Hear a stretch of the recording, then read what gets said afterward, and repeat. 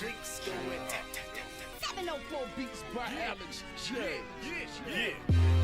First and 10. We in the trenches. You like the water cooler. You be on the benches. Think your team better, but they lack skill. First snap, I leave your backs in the backfield. Your quarterback scared, I see it in his eyes. Sent the receiver in motion, that's just a disguise. My linebackers, they stepping up.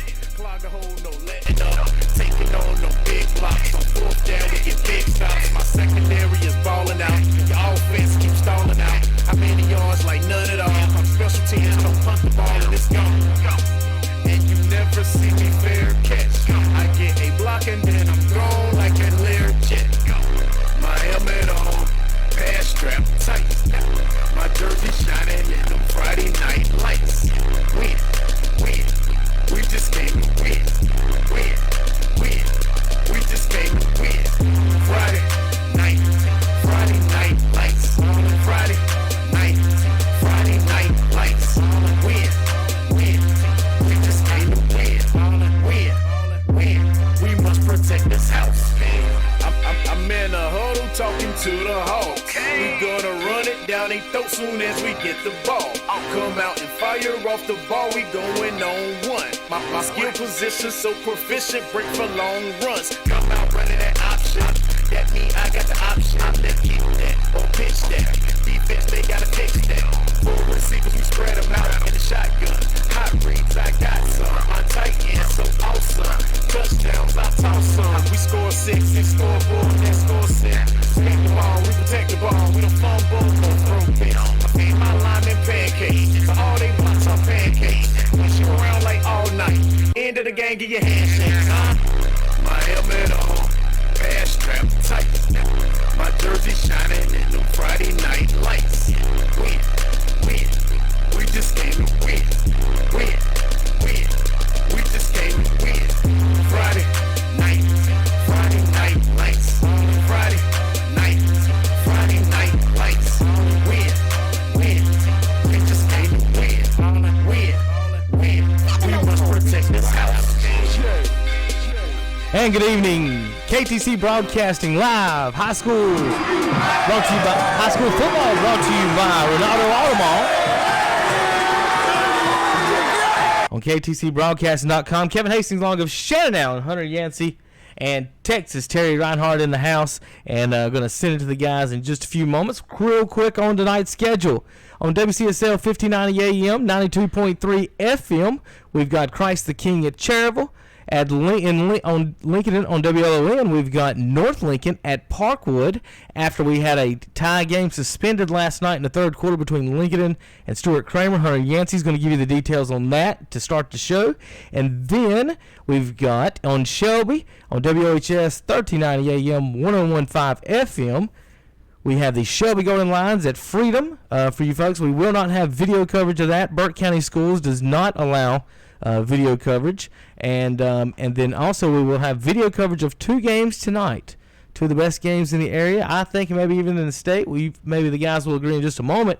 South Point at Crest on YouTube with Andy Foster and Rob Roop, and over at Gardner Webb University tonight, guys, we've got the Burns Bulldogs and the Kings Mountain Mountaineers. Real quick note on that game for you guys: Raquelin Mack will not play tonight. Raquelin Mack no go tonight. So we'll be sending it to the guys in just a minute. Here we go on KTCBroadcasting.com. And we are live here at KTC Broadcasting, and I think everybody's excited tonight. Wait. Start. Wait. Best time of the year right here. Wait. Okay, Terry. You're thinking. You think West Lincoln's gonna? Okay, I see. All right. Well, we'll get to you last. Friday night football is here, ladies and gentlemen, and I know everybody in the surrounding areas, Gaston, Cleveland, Lincoln, all of these counties, everywhere actually across the whole state is excited for tonight. Football is back in a big way, and it starts tonight. You know, we have high school football on Friday nights, college on Saturday, professional on Sundays. So this is the night that starts your weekend for the football, for you just to binge it and take it all in. And we've got some great matchups tonight. Opening week for football. We had some action last night that I can get into that happened. Obviously, some people know that they've been calling for thunderstorms to happen today later in the afternoon. So some of the games have been either pushed back or they're going to start earlier. Some of them were played yesterday. One of the games that was played yesterday was Lincolnton and Stuart Kramer.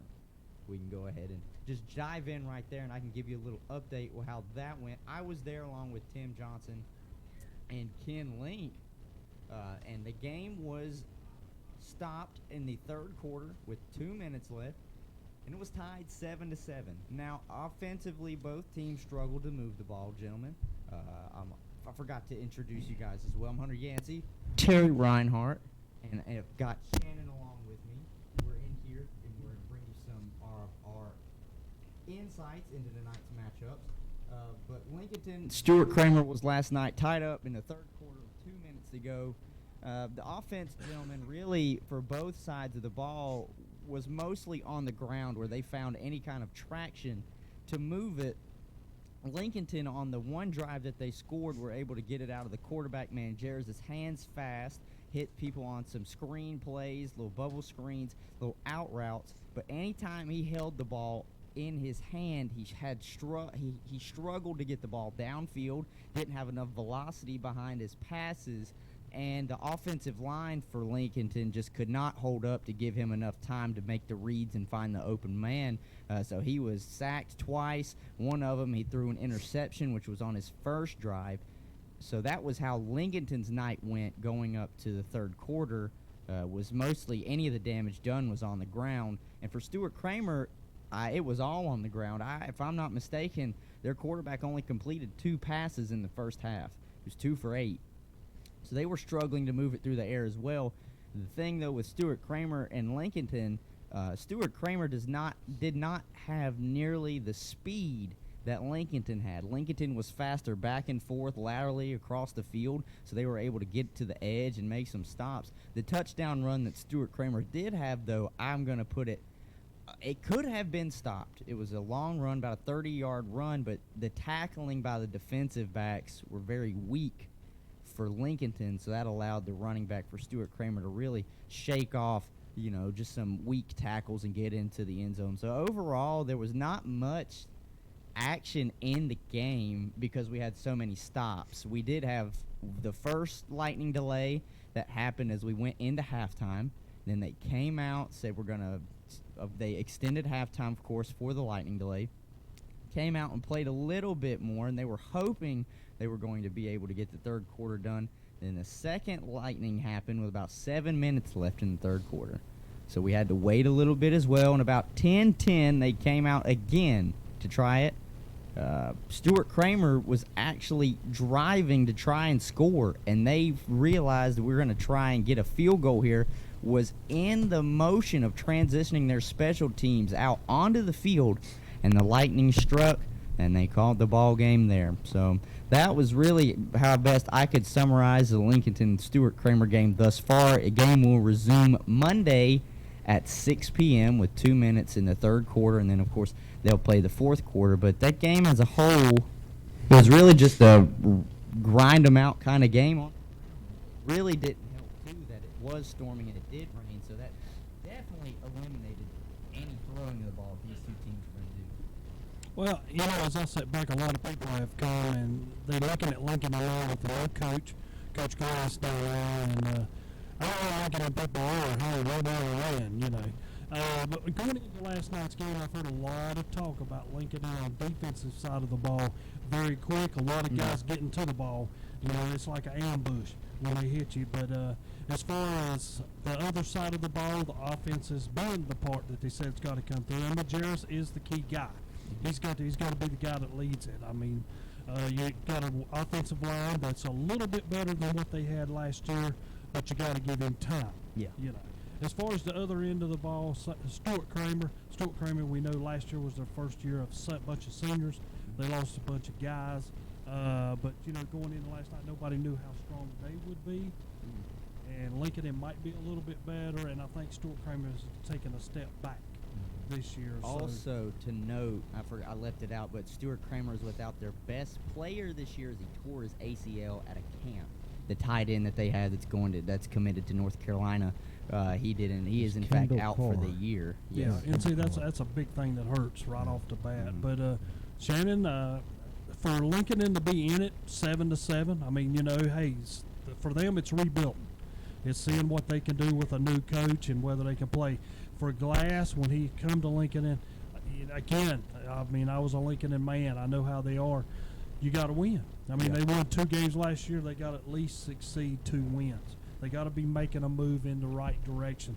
And a lot of people that I hear on Coach Glass, a lot of them even look at me and say, it's a wonder he's coaching high school football, which I could say that about a lot of our coaches because we have some great coaches around here. But they said he knows a lot, even in the college level, he would have a lot of understanding there. So it's for the guys to tune up with him and move forward. But for you about last night's game, what do you have? Well, I'm surprised that it's 7-7. I would have thought after last week at the Jamboree, Shelby just walked through Lincoln like they were even a JV team or middle school team. And so that kind of like opened some eyes. Like, well, and I know it was a scrimmage, and I know it was a half, but you still got to play. I mean, you still want to make a good impression. And, I think they won 34-0, or that's the final score that half, or that Jamboree. So I'm thinking, and I know Stuart Kramer had, they lost a lot from last year, but I was very surprised with 7-7. I thought Stuart Kramer would easily just walk with this one, but maybe Glass found something. Maybe they're tweaking some things out. Maybe he thought the scrimmage was just a practice, and basically that's what it was. So maybe he didn't show everything he needed to show last week. Well, a lot of people says if you look back on Glass and his past history, he's a good rebuilder. He takes a team who's not won many, and by the time he's done, he has a winning record. They have a winning record by the time he's finished. Can he do that with Lincoln? And, hey, you're talking about a storied program down at Lincoln that's in the top 10 in the state on total wins. So it's a program that's going to have athletes coming through.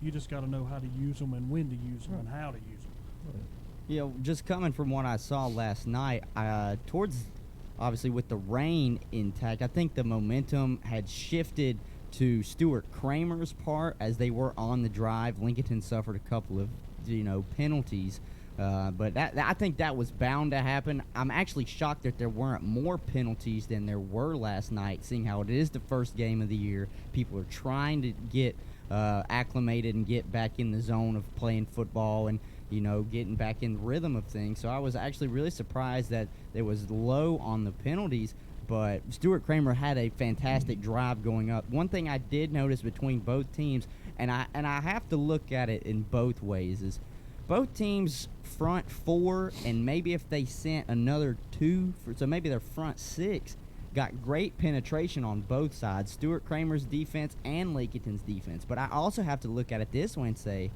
well, is it because their defensive line is that good, or is the offensive line just that bad? So that's one of the things that was really a struggle for me to try and figure out, because both teams had their moments on offense where they were stringing together a good drive. I think what's going to be hard for Lincoln and Stuart Kramer is, I don't want to say their inability to, but the lack of over-the-top offense that they have, and the lack of the offense that they have through the air. They're going to big playability. They're going to be lucky. They're going to have to hope for the home run ball on the ground. Hope that it opens up on the line and they're able to get through. And that's actually how both teams scored last night. Manjares used his feet when he got pressured and was able to break through the line and scored about a 20-yard run. That was essentially just a broken down play, and he ad-libbed and did on his own. And the same for Stuart Kramer, is they broke through with a big run. So I think that might be something for both of these teams that they'll probably look to address before Monday, see if they can't figure out, because both teams at this point, if you're going to reschedule the game to play it, you're going to try and win. You're going to try and change up a little bit from what you've done. You've got a few days in between to figure out what was working and what wasn't working. So I think that'll just be a struggle for both of these teams in their conference going forward, is if you're just so one-dimensional and you're not great at it, Well, I'm going to give both teams a lot of credit for saying, let's finish the game. Yeah.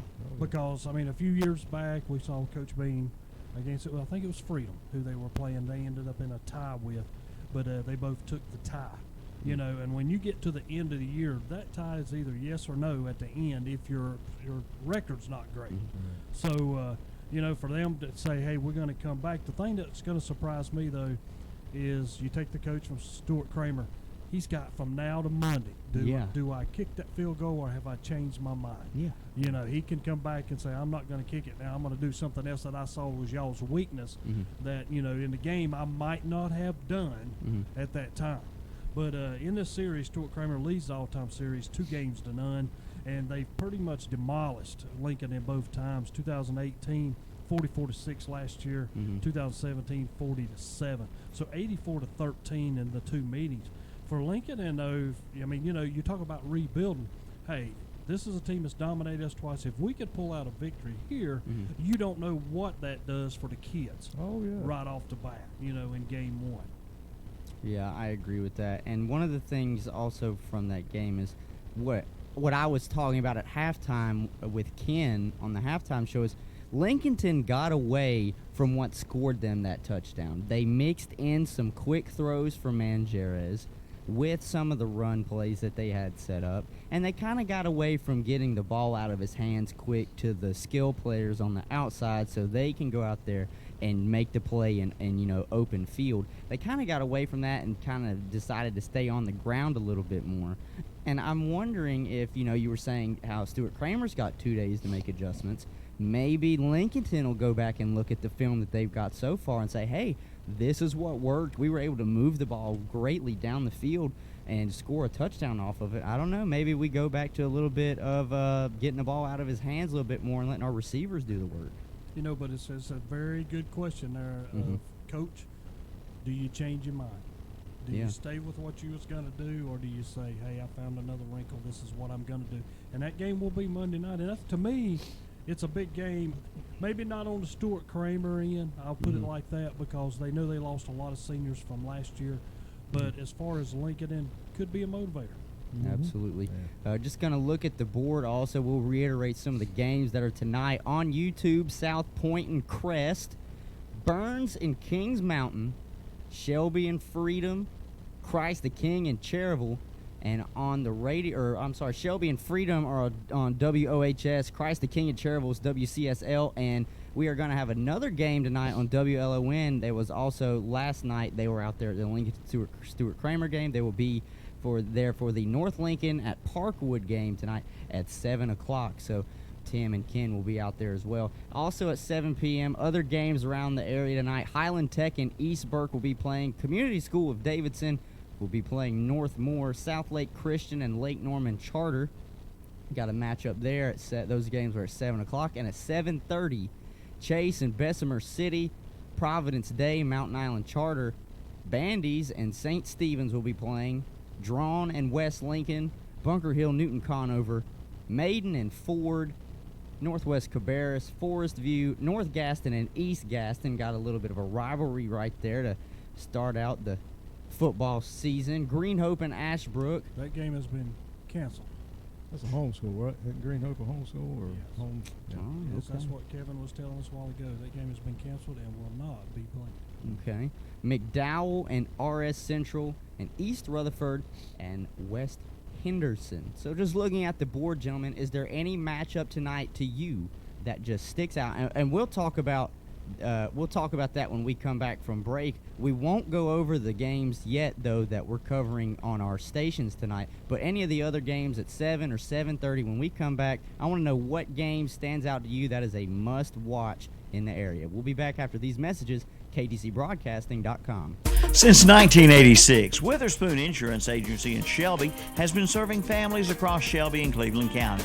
And today, Wayne Witherspoon continues the tradition of bringing you the best insurance at the best possible price, with names like The Hartford, Safeco, Progressive, National General, and Travelers. Drop by the office today at 125 North Lafayette Street in Shelby and talk with one of their friendly hometown agents.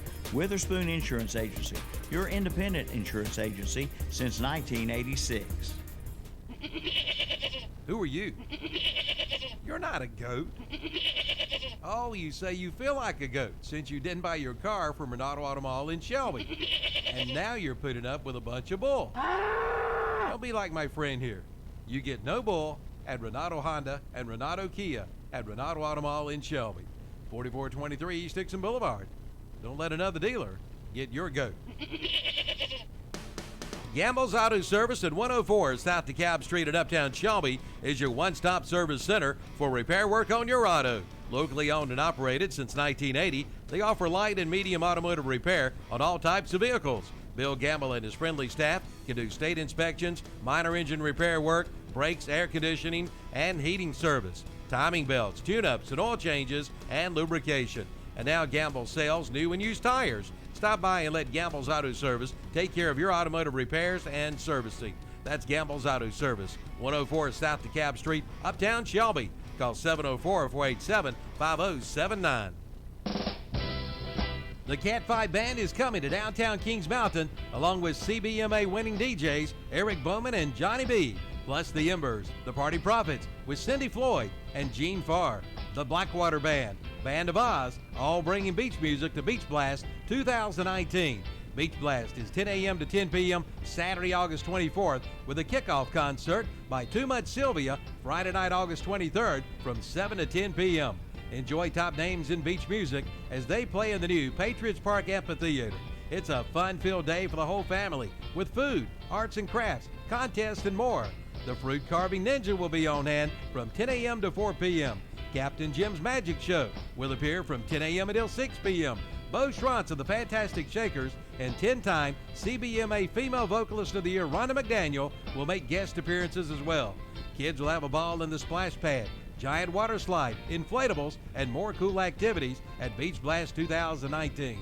Put 400 South Railroad Avenue into your GPS and spend a day at the beach in downtown Kings Mountain. For more information, call the City of Kings Mountain Special Events Department at 704-734-2051 or access the website at kingsmountainevents.com. From Shelby, turn off Highway 74 at Highway 226, up Highway 226 to the caution light at Zion Church Road. There on the corner is Kibo's. Been there for over 20 years. Kibo's, where you'll find Hunt Brothers Pizza, snacks, candy, chips, also soft drinks, hand-dipped and packaged ice cream, bread, tobacco products, and much more. Yes, that's Kibo's. And don't forget to fill that vehicle up with gasoline at Kibo's, 226 North at the caution light in Shelby. Every morning is different for everybody. Nate gets up for the early shift, while Brad is just getting home from the night shift. Pam runs a PR and a 5K, while Drew runs late to work. Beth proposes a road trip to her boyfriend, while Mark proposes to his girlfriend. Luckily, there's a McDonald's for every morning. Start your morning with a rich, smooth, and freshly brewed McCafe coffee. And now, get any size for just $1 at McDonald's. Limited time offer. Price of participation may vary. A la carte only.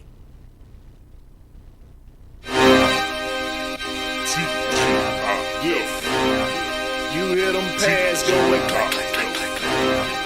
You hear them clicks going 704 beats by Alex J. Yeah. First and 10. We in the trenches. You like the water cooler. You be on the benches. Think your team better. And we're back here. Win. Oh, Terry. Oh, we're back live, Terry. I didn't know if you do. Do you want to continue with the song? No. We were about to let you go in, but that's okay. Man, if I jumped in there, that thing go platinum.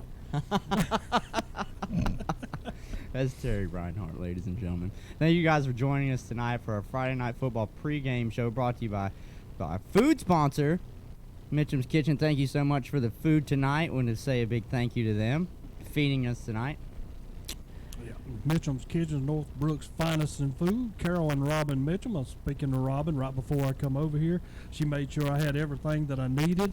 But any time in the evening, 7:04, or in the morning, or during the day, 704-276-1155.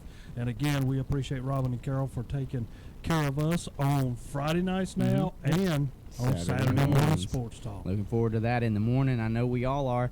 So, gentlemen, I posed a question to you before we went to the break. Out of the games that we're not covering tonight on YouTube and on the radio, whether it's the 7 o'clock or 7:30 games, which one on the board stands out to you as a must-watch or must-pay attention to tonight? Let me go. Shannon, go All ahead. right, so Shannon, I'm go gonna right say ahead. I'm gonna say the Providence Day Mountain Island Charter, for the simple fact that Mountain Island Charter has the Burris kid coming back at running back. He's a North Carolina commit. They have Demetrius Washington. I think his dad's the coach, right? Sure is. So Demetrius is a quarterback. These guys are very athletic and very good at what they do, and they're playing. Usually they're in that with the is it the South Piedmont Conference? Is that right? The SBC 1A. Yes. So they're in that conference. That's really not a strong conference per se, but we have now they're stepping out, going down to is that Charlotte, Providence Day area, playing the private school. It's usually pretty good. Those schools down there usually will line up and hit you square in the mouth, and so it's a good test for Mountain Island. First game, big eyes on Burris. What's he going to do? How's he going to lead this team? And as he goes, Mountain Island Charter is going to go. So that's going to be my game to watch. All right. My game on the board is Bunker Hill and Newton Conover. And people are going to say, what? Yeah. Well, you know, but I'm not Coach saying Clark, what. I am. I'm saying what? Yeah, Coach Clark, I've seen a lot of people that's went over there and had him in practice games and all and everything. His team is better. Now, will that fluctuate into more wins? I'm not going to say it will do that, but he's got a better team over there. Newton Conover, I'm still waiting on to see what Coach Pack can do. Mhm. I mean, we're used to Coach Pack coming from North Lincoln, and he moved over to Newton.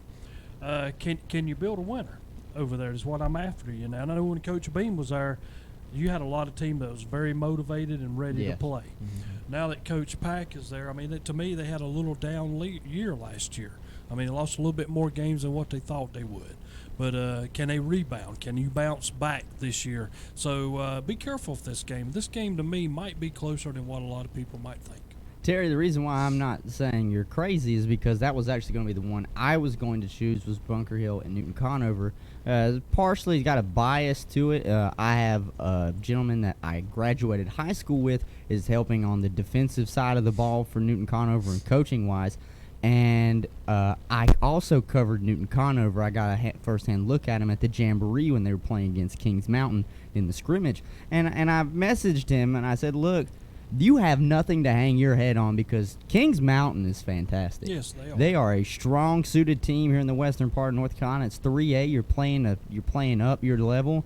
So, but what I saw out of Newton Conover, I saw a lot of speed out of Newton Conover. I saw a lot of athleticism.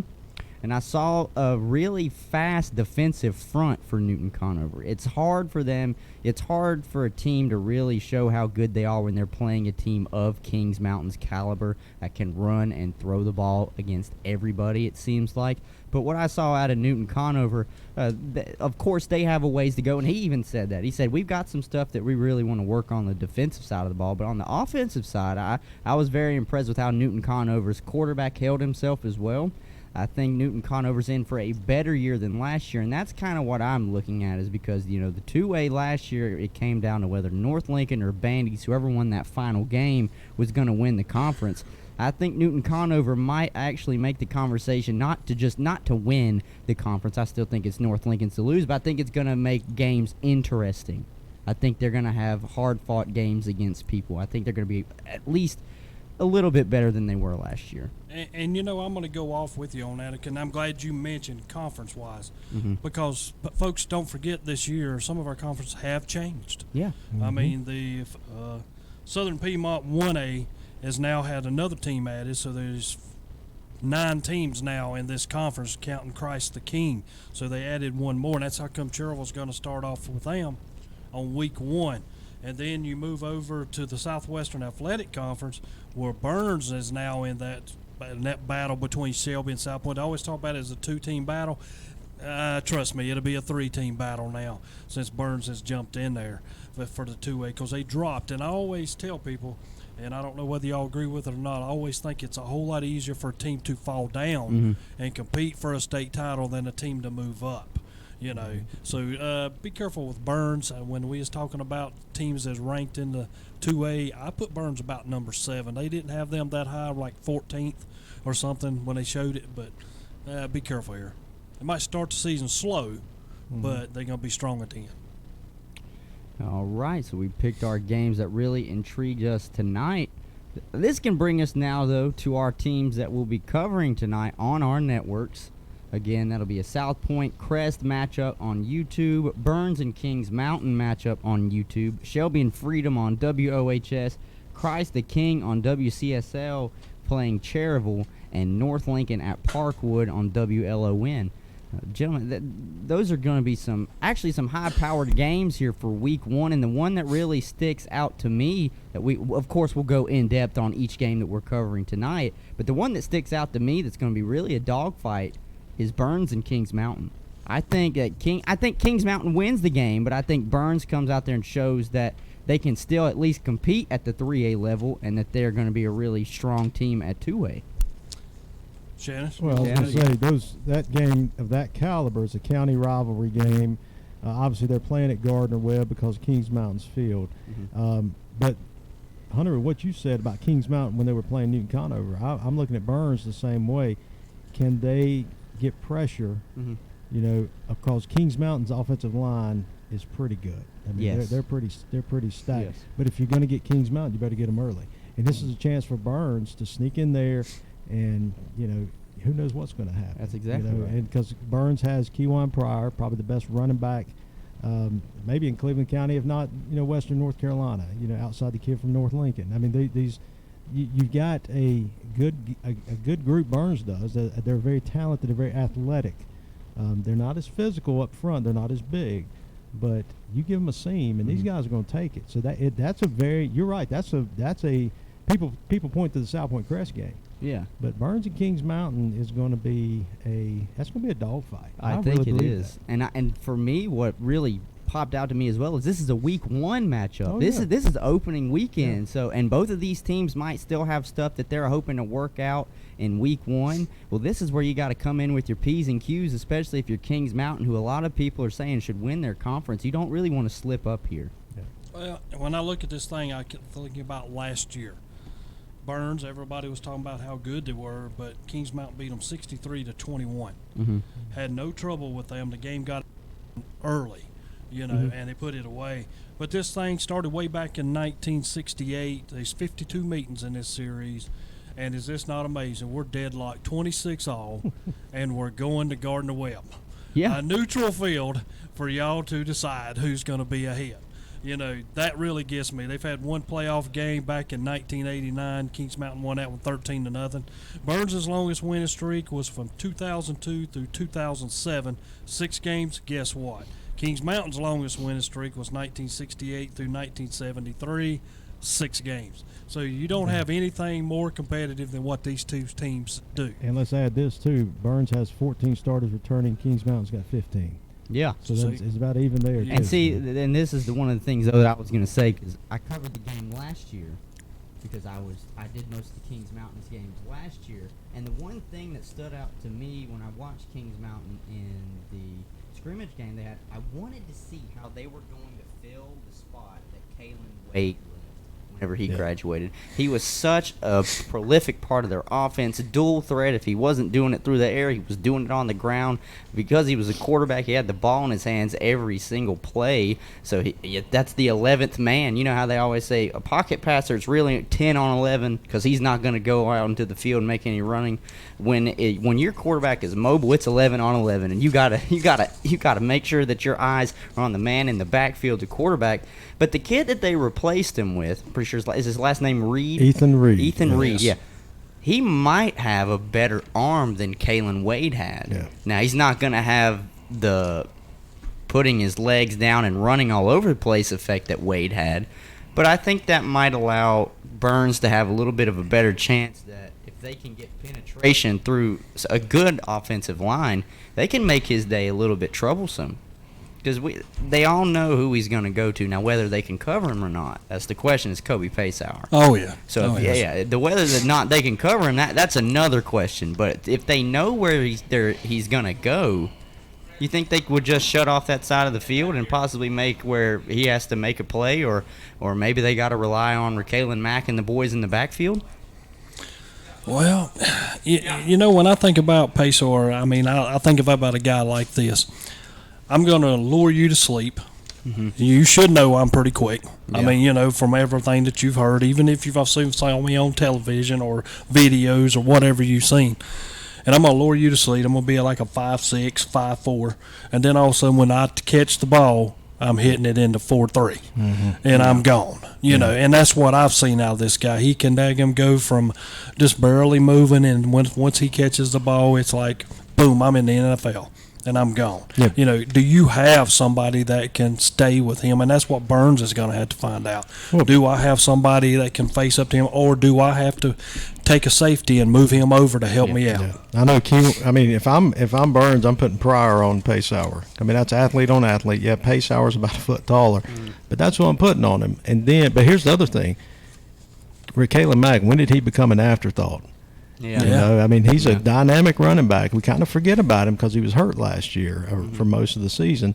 And so now, if you cover Pacehour, you got to be able to defend Mack. There's going to have to be another option up there. Somebody else is going to be a playmaker. They got the Fisher kid at tight end who's like 6'5". I mean, these kids are, you know, Kings Mountain, Hunter, as you said, Kings Mountain is primed. I mean, they have a very solid team. If not make a run for the conference, I'll even go for the state and say, hey, this team could probably challenge Catholic. If a Catholic is the standard up there, you know, they're going to be a tough out. Yeah, Kings Mountain did make a deep run last year. I think that game's going to be a lot closer than people think. With that, let's take one thing. On Burns, a quick thing. They start off with Kings Mountain, Asheville, Crest, Newton, Conover. Give me a overall record. I'm going to go 2-2. No, that's a safe pick. I was going to say either 2 or 3-1. Wow. Yeah, I'm going to say 2-2. Yeah, because that's a. And when he's talking about Burns dropping down, it's supposed to be an easier. They're going to 2A. It's going to be easier. Yeah. Their schedule's tougher now. It is. So I'm say 2-2. Yeah, 2-2 is my pick. So Burns and Kings Mountain, what we just previewed, that'll be on YouTube tonight. When we come back, we'll talk about more games that are going to be on our networks. Don't go anywhere. Stick around. KTCBroadcasting.com. Since 1986, Witherspoon Insurance Agency in Shelby has been serving families across Shelby and Cleveland County.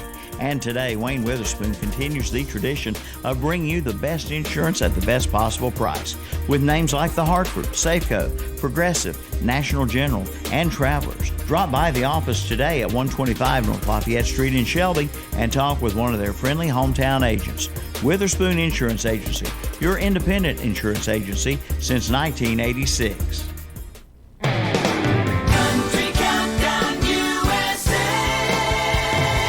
I'm Lon Helton, inviting you to join me as I count down the week's top 30 with my co-host Justin Moore, who gives us an update on life with 4 kids under 10. It's nonstop. I mean, it's never just calm and everybody's happy. It's like a ticking time bomb. That's Justin Moore this week on Country Countdown USA. Country Countdown USA with Lon Helton, Wednesday afternoons at 1 o'clock on Carolina Country WCSL, 92.3 FM, 1590 AM, and online at KTCBroadcasting.com.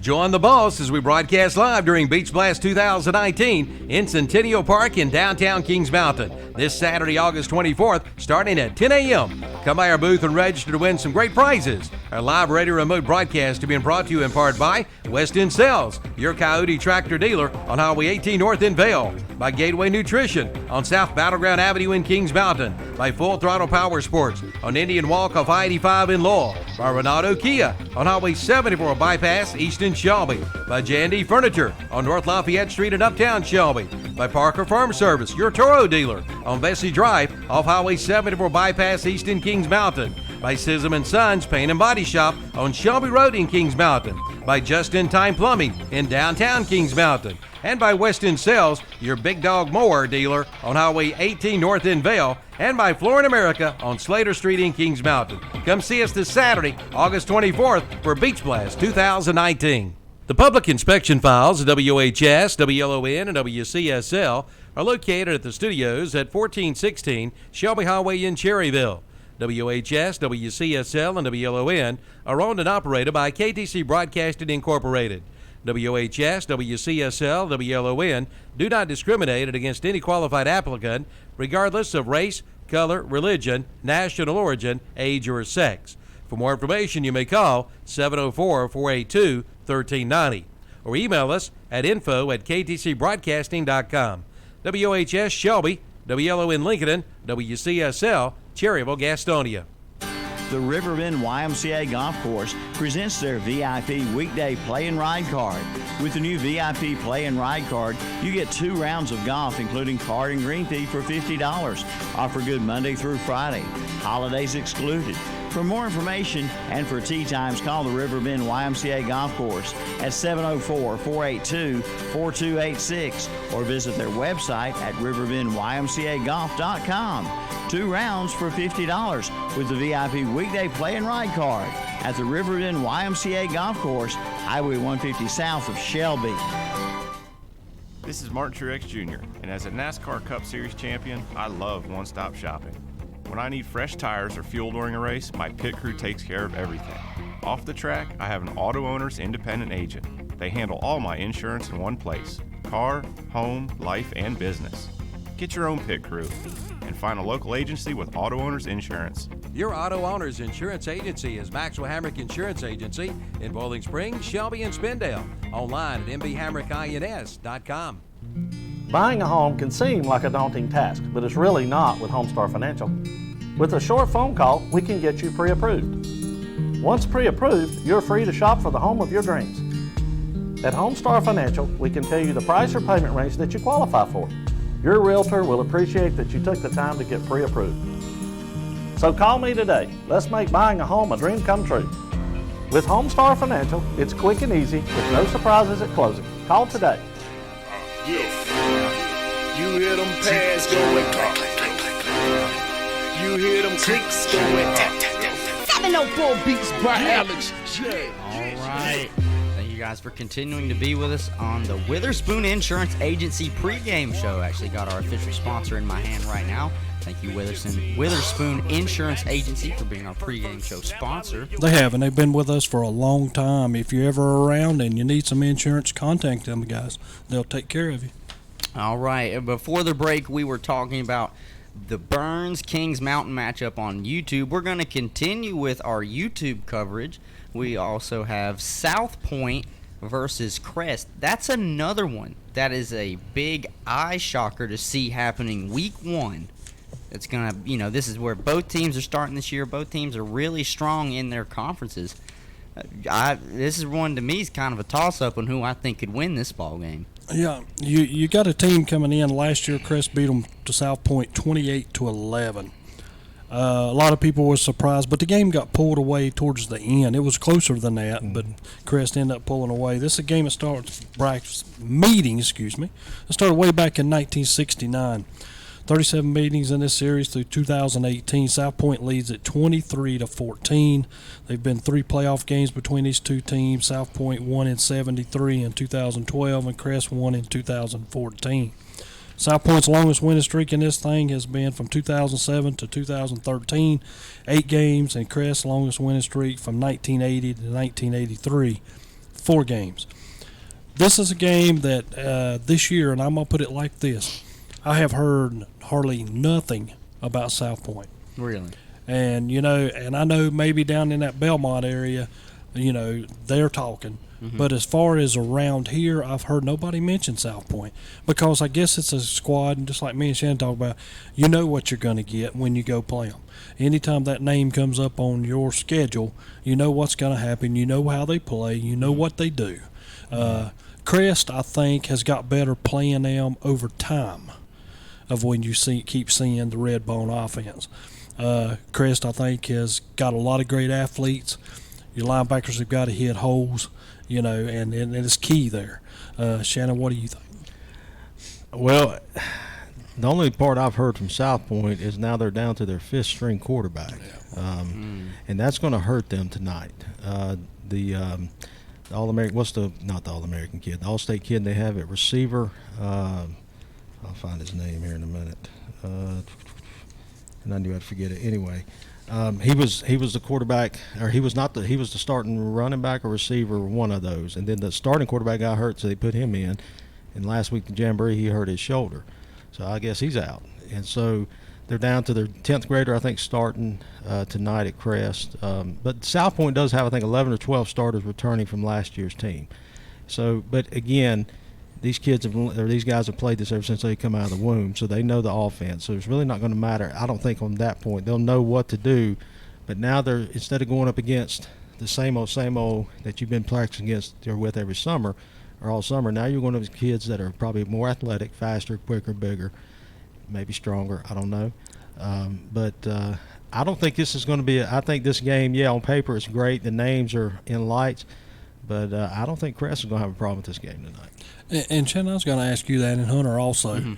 You're talking about a new quarterback sticking. Now, he's had a week to prepare. Yeah. But there's a difference from having a quarterback that and don't get me wrong, I know a week is big at South Point. You can teach him a lot. And he probably already knows he it. has to be able to read the play, and the guys that have been there before have been starters from like day one.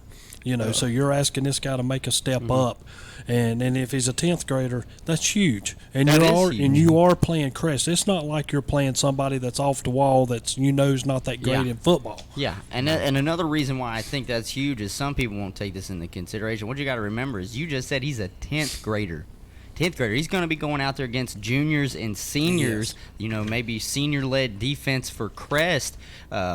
Those boys, it's not just a difference on, they've been in school another 2 years. It might be a difference on how big they are, how much stronger they are. So, and what I remember when I saw Crest play last year, that was one of the hardest hitting defenses I've seen in high school football. They will like to put their shoulders down and drive you into the ground. So I'm not going to sit here and comment and speculate on how big this quarterback might be. But that might, if he gets licked one time, South Point could be down to possibly their 4th, 5th string quarterback, whatever they're at now, based on what I'm hearing. So that they're weak right there, and and I think that's also going to be where Crest plays this card.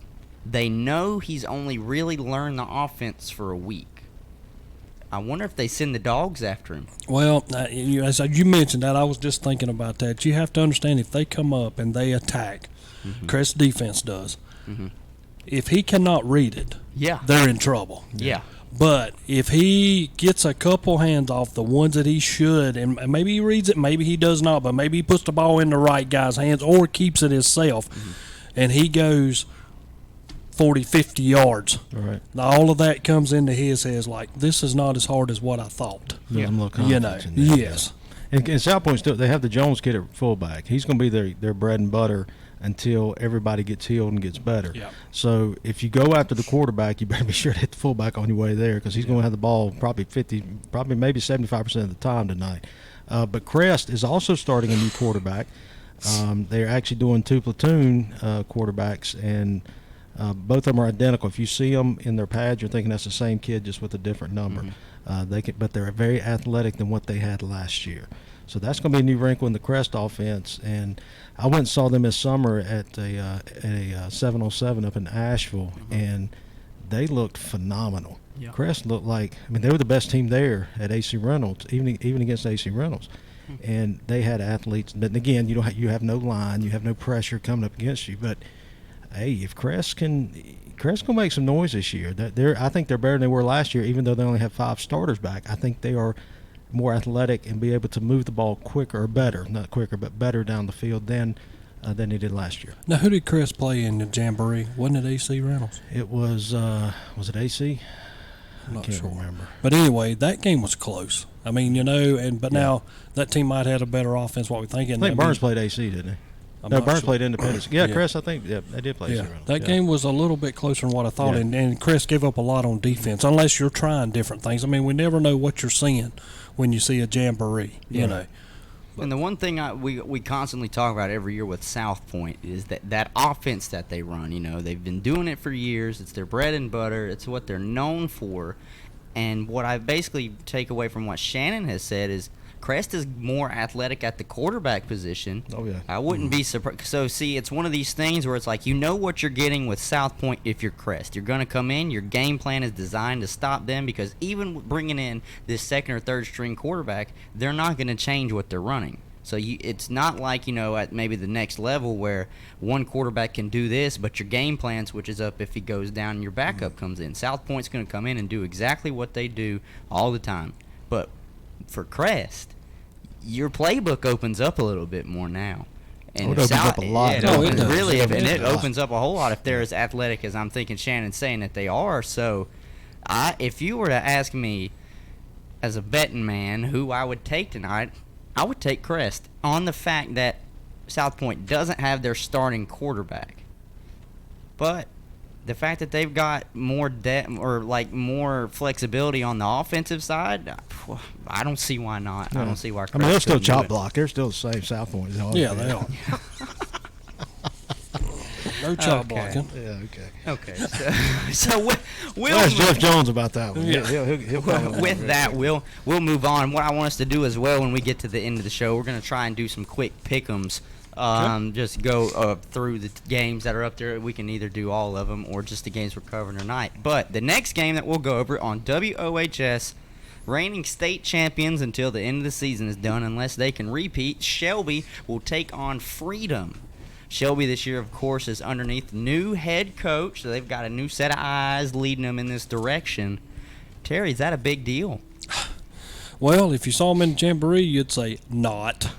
I mean, right off Yeah. the bat, I mean, I think they ended up with a 73-yard touchdown right off the Yeah. bat. I mean, Yeah. that's But that's this is Shelby. also not a shot to take. You do realize who they were playing, though. I think the level of competition was a little bit swayed right there. Well, it could have been, Yeah. but I saw Shelby do this last year against stout competition. So when I think about what they do and the way they started that game and jumped right out on them, you're playing a weaker Lincoln team. I understand that, but your defense showed up, your offense was there. Hey, we don't know how much them starters even start. They might only run like 2 plays and then come out. You're right. I mean, we really don't know. But as far as Shelby goes, I don't think they miss a beat. I think Coach Will Banks is as good. And it's hard to say a coach is as good as what Ware was that he left. I mean, you always take it, but I've seen it in stride. I've seen it when Norman come in and they said, whoops, he's not as good as Taylor and all of those. And then when he leaves and Ware comes in and Ware says, look, I'm going to change the whole offense. And everybody was like, oh, that'll never work in Shelby, and look what it did. So you got Will Banks coming in. He's still going to run the spread. He likes that, so that's not going to change. So when you're seeing Shelby, you're almost seeing Ware anyway over there doing the same thing. I don't think this team is going to falter. I think who are their games this year? Yep, they're stout competition at the start, and then when you get into the league, you're going to have Burns and South Point. But it's going to be, to me, and here's the difference. I think Shelby goes and plays a game, and they want you to play their way. Yeah. Hey guys, right quick, we got Philip Russ calling in. Oh, okay. So we'll see if we can find Philip. Go ahead, buddy. What's going on, guys? How are you, Coach? How you Hello, doing? Philip. Well, happy football on Friday night. Yes, happy football Friday night. It's almost like a kid on Christmas, isn't it? Well, yeah, but see, I got to spoil it. We started our high school football season down here in Florida last night. So our first football Friday night was Thursday night football. So we're like in a different time zone. It feels like. Now you guys are what 8A is what you told me, right? Is it 8A? Right. Yep. Yeah. 8A. That's that. So that's that stuff they put you on national television. Am I right, Big Coach? boys down there. Yeah, it's something like that. It feels like it. I live in a town where one of our rivals, the home high school team is, and I'm riding to work every morning, and they have their own radio show, and you're just riding down the road. It's like, welcome to Indian country. And I'm like, well, it's a different ball club when one team has one station. Well, Coach, how did you do last night? We fared pretty well. We ended up beating one of the crosstown teams 25-7. We've got a team full of a lot of Division I talent, especially on the defensive side. We got 4 linebackers that rank nationally in that position. One of our guys is actually ranked number 4 in the nation at inside linebacker. So, I mean, it's kind of like playing high school football in Cleveland County. You're getting to go against talent like Brandon Spikes, Lance Camp, Travis Padgett, Mania Mitchell, and Van Eskridges are sitting back in the secondary. So, I mean, if you compare it to that way, if you take those guys and were to fill up an 11-slot team, that's about what it felt like, looking across the field last night, especially with what we were putting on the field. So definitely a different game speed. Coach, how many players do you have that come out down there at that high school? To be honest, we did something that we've never done before. We had 137 football players come out for JV and varsity. And we actually trimmed down our varsity numbers. I think right now we're carrying about 48 to 53. So we trimmed down our numbers there. JV had a secondary trial once school started, and they went from 78, and they had to cut down to 40, I think, by yesterday. So 2,600 kids in a school, and then you narrow it down to try to pick out the best to fill out your varsity roster to make sure you have good depth. Well, Coach, tell me another thing. Out of your division, who are the top-notch teams that you'll have to face this year? Well, in our division, probably the best team is going to be Vero Beach. Last year, contenders went on to the regionals. Big-time program, year in, year out. They always reload. But then again, too, our non-conference, probably playing the toughest non-conference outside of some teams like Glade Central and IMG.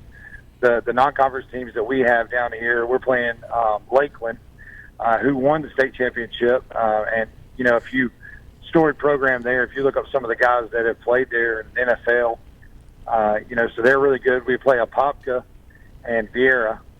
And, you know, just those three teams, the way it compares to being back home would be like having Mallard Creek, Richmond, and then Shelby Crest, South Point. I mean, you know, if you think of what the title teams are in North Carolina and you line those up, that's pretty much what our coaching staff lined up for non-conference this year.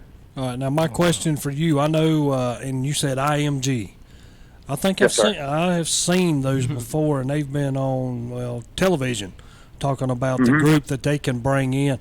IMG is almost like a charter school from around here. Well, I would say it's more like a JUCO high school football setup. The kids go, they have kids that pay to play. So I was looking on a schedule. They have more than one football team. So they have like an IMG national team, which pulls across all 50 of the states. Then they have a white and a blue team. So the white and blue team, basically what I've been told is if you pay to go to IMG, then basically you're not one of their studs. There's kids that they pull from California, Oregon, New York, stuff like that live on campus in dorms. They you know, get up in the morning, get a lift, they go to class, they go to football position meetings, go to class, eat a team lunch, go back to class, and then go to football practice, and then they go back to a dorm and live with their teammates. It's like college. Yeah, that's the reason I said when you mentioned that, I was like, I've heard that name, you know, and like I said, they've been on national television talking about how they do things, and, you know, and to me now, you're at a school, how many wins did they have last year? I mean, what's the difference from last year to this year? Are you senior led this year, or, I mean, you tell us. Well, I mean, from the looks of it, I think the only thing that we really graduated last year was heavy from our secondary. You know, just moving down, I got married this summer, so I got a late start in the summer program. But that was really what they were just replacing. I mean, we were very young across the front. We have your average group of seniors that you would have. Now, some of those guys being key players. For instance, we got a guy that plays defensive end, and you'll hear his name. I don't want to put him on the radio yet, but he's got big offers: South Carolina, Vanderbilt, North Carolina. I think South Carolina's pretty heavy on him. He's going to play defensive end there, and he's like the number 9 guy in the nation right now at his position. But, you know, last year this team went and made it to the semifinals. But, you know, it's really weird, and it's a different transition for me because of the terminology. You know, you don't have conferences anymore. You have districts you play in. Yes. And then you play sectionals and semifinals and then regionals, and then you go to the state. But, you know, it all transitions. I mean, the difference is here they play football year-round. I mean, there's just a very brief break, and then they get right into their spring football, and they play a real spring football game against another opponent. You know, so like when I went down for my interview, I got to take part in watching the actual spring game, and I was just amazed that they were playing 11-on-11 real football. The only thing that was dead was special teams. Everything else was full tackle football, which is so different and shows how much North Carolina athletics are behind the curve in just high school sports. Yeah, are you having a good time? Actually, that's what I would ask. Are you enjoying what you're doing? You enjoying the coaching staff that you're around? Are they treating you with respect? Now that you're down there, they say, "Oh, who's this guy from North Carolina coming down here?" They treating you good? Yeah, definitely treat me well. I've already attained the nickname Big Country because I talk with a little bit more twang than what they're used to. But I like, from our style of North Carolina football. And growing up playing in Cleveland County and knowing that style of ball, I'm getting to bring to these guys down here a little bit, bloody knuckle, get in the trenches and go to war kind of deal. But the coaching staff's really charted up. I'm finally working on a staff to where everybody across the board has played collegiate football for the most part in some form or fashion. When your head coaches play college football, your quarterback, OC, was the quarterback at Louisville, You've got a defensive line guy that, has played college ball. Receivers coach was a starter at Troy. When you break it all down and you're working with college guys, the meetings are more in depth. Video study, I feel like, is, just a top tier. And, it's just fun to fill in there because it's what you dream of as a high school coach. Yeah. Hey, so, Philip, I got to tell you something. So, last year we did the game on the radio for baseball, right? You and I went to the wee hours of the morning, and we had that rain delay. Well, this year, Terry and I did the game, and we had a rain delay. Oh wow! And it was we weren't there that long though. No. It wasn't nothing like you and I with the Nevada game last year. But I thought about you when it had that. I think in that game we probably had the best spot on the radio with that baseball game. Yeah, for the fans that hung around, they got some gold nuggets. Yeah, that was that should have been recorded. That was classic. That was a classic game. It was good talking to you, man. Good luck. Hope all the boys come out safe and sound tonight. You have some big scores put up, so you have a good post-game show. Well, Coach, call us back sometime, buddy. I appreciate it. Thanks, Philip. Hey, sure will. Hey, good luck to you guys. See you, buddy. All right. Well, Philip called in. And Florida football. Yeah, look at that. We got a little inside depth in the Florida football. It's about like around here, guys. As soon as he mentioned IMG, it's like our school's playing. You know where Chris Winkie, isn't that where he's the coach down there? He was at one time or was over it. I don't mean I've been the coach. May have just been over it.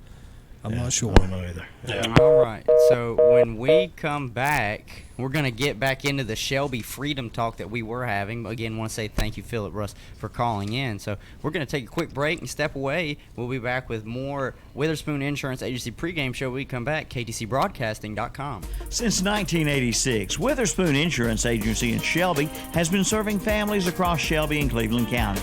And today, Wayne Witherspoon continues the tradition of bringing you the best insurance at the best possible price. With names like The Hartford, Safeco, Progressive, National General, and Travelers. Drop by the office today at 125 North Lafayette Street in Shelby and talk with one of their friendly hometown agents. Witherspoon Insurance Agency, your independent insurance agency since 1986. The Cat 5 Band is coming to downtown Kings Mountain, along with CBMA winning DJs Eric Bowman and Johnny B, plus the Embers, the Party Prophets with Cindy Floyd and Gene Farr, the Blackwater Band, Band of Oz, all bringing beach music to Beach Blast 2019. Beach Blast is 10 a.m. to 10 p.m. Saturday, August 24th, with a kickoff concert by Too Much Sylvia Friday night, August 23rd from 7 to 10 p.m. Enjoy top names in beach music as they play in the new Patriots Park Amphitheater. It's a fun-filled day for the whole family with food, arts and crafts, contests, and more. The Fruit Carving Ninja will be on hand from 10 a.m. to 4 p.m. Captain Jim's Magic Show will appear from 10 a.m. until 6 p.m. Bo Schwantz of the Fantastic Shakers and 10-time CBMA Female Vocalist of the Year Rhonda McDaniel will make guest appearances as well. Kids will have a ball in the splash pad, giant water slide, inflatables, and more cool activities at Beach Blast 2019. Put 400 South Railroad Avenue into your GPS and spend a day at the beach in downtown Kings Mountain. For more information, call the City of Kings Mountain Special Events Department at 704-734-2051 or access the website at kingsmountainevents.com. Has your old heating and air conditioning system been giving you trouble? Have no fear. Beers Shuford Heating and Air is here, and they service all makes and models. Just call 704-484-0025. Bill Shuford Heating and Air has been Cleveland County's leader in home comfort since 1983, featuring American Standard heating and air conditioning systems. Visit them online at BillShufordHVAC.com. Bill Shuford Heating and Air, 213 Campbell Street in Shelby.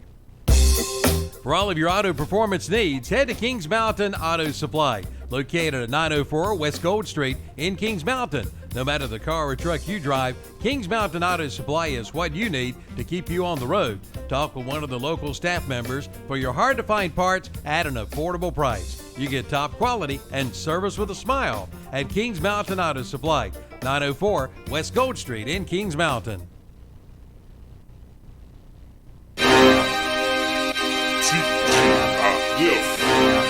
You hear them pads going clack, clack, clack, clack, clack. You hear them clicks going 704 beats by Alex J. Yeah. First and 10. We in the trenches. Witherspoon Insurance Agency pregame show. We got a lot to talk about still in our final 30 minutes of the show. So we're going to dive right back into where we left off before Mr. Philip Russ called in. Shelby and Freedom play tonight, WOHS. We had a little bit of talking about Shelby and how we thought they were going to be this year underneath new leadership at the head coaching position. We can continue with that. We're going to let Shannon get his thoughts in now on the game, Shelby and Freedom. Yeah, well, Terry, what you talking about, Coach Wilbanks, to me, it's just a different guy driving the bus. It's still going to be the same thing. Shelby's got a lot of talent returning this year on both sides of the ball. They lost where they lost was on the line, but they didn't lose maybe but one or two. So they've got the skill positions back. So that they're gonna continue to they're gonna have a great year. It all depends on if they can stay healthy. Now Freedom, they have the Birchfield kid at quarterback, and he's going to Navy, so he's very talented. I mean, he's a very good quarterback. Freedom's got some, I think. Going, Hunter, what you said about Newton Conover playing against Kings Mountain last week and now playing Bunker Hill, I think that's going to be a huge advantage for Newton Conover. They're going to destroy Bunker Hill. Right. I really believe that. But now talking about Shelby and Freedom, Shelby playing Lincoln last week. Again, Lincoln probably wasn't as good at that point in time. But now Shelby's playing the Freedom team that is probably as good. I'm just going to say if anybody's going to be even with them, it's going to be Freedom. And so it's going to be a tough matchup for them. It's a tough first week matchup. It always is. It's playing at Freedom, plus crazy things happen up there anyway during especially the first game of the season. So I think this is, people say, well, Shelby's going to win 35-0. That's not going to happen. It's going to be a close ball game. And I think it'll probably come down late. But Shelby's defense, they're going to have to stop Birchfield. And that's going to be a huge test for them. That's a huge challenge for those guys. They win by 3 touchdowns. 3 touchdowns. I mean, that'd be great. That'd be great. But the first game though, I don't know. That's still. You still got. I mean, what is it? Jake Hollifield, in your middle linebacker. Jack. Yeah. But I think he's going to be able to dictate everything that's happening defensive wise. Yeah. I mean, he's probably, and I wouldn't be surprised if he's not the captain. I'm sure of that defense, But and you're talking about a team who had a Hollifield that changed and went to another Hollifield, just took his place. I think Shelby is still a step up from a lot of teams around here. Oh yeah, Yeah, I agree with that. I think this will be a good game for Shelby. It's a good game for both teams. Good matchup. I was about to say, to set the tempo for the rest of the season, you know how you said how Newton Conover playing against Kings Mountain, playing against higher competition is really going to help them going forward. I think that this game will be what really helps Shelby. Whether or not they blow Freedom out or what, they'll at least play this level of competition, wake them up, get them ready for the rest of the season going. With that, I believe you guys said the Christ the King is a new team in this conference, 1A, and they will be playing against Cherryville tonight on WCSL. We're going to go ahead and get into conversation about that one. We'll start with Terry. Well, the only thing I'm going to say about this one is when I asked Coach Pruitt, I said, tell me something about Christ the King. He says, only thing I can pull up is what they've got on Max Preps and et cetera. That's what I'm saying, You got a team coming in, you build your team to this is what we're going to do. If they change something or they do something we haven't seen, then we'll change. But I think them coming into this conference, game one for them, new conference, new everything, I think Cherryville wins this one. And I'm not going to say it's going to be a blowout. I think they can win, but I'm going to say 2 or 3 touchdowns, Cherryville. Yeah, Cherryville's got their starting quarterback and running back they had last year. They're back this year, Hardin and Blanton. So I think Cherryville rolls in this one. And And are they playing at home? Are they playing down the road here? Are they playing? Yeah, they're playing down the playing road. in Cherryville. So yeah, I think this game 35-7. I think Cherryville easily wins this ball game. So is Christ the King? Is it like a newly established school, or did they just? They've been now- around. No, they have been around. They're just now in the conference. Okay. You know, I think that's what it was. Okay. Or I what was it is. wondering. I was like, you can't find anything about this team. It's like, well, did they just pop up out of nowhere? Yeah. But that's understandable. I actually agree with you guys. I think Cherryville's going to be able to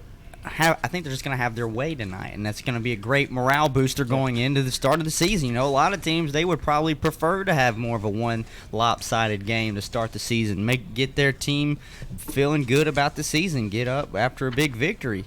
The other game that we also have tonight on our stations, WLON, North Lincoln at Parkwood. North Lincoln finished second in their conference last year to Bandy's. Whoop, whoop. I had to let that one go out there.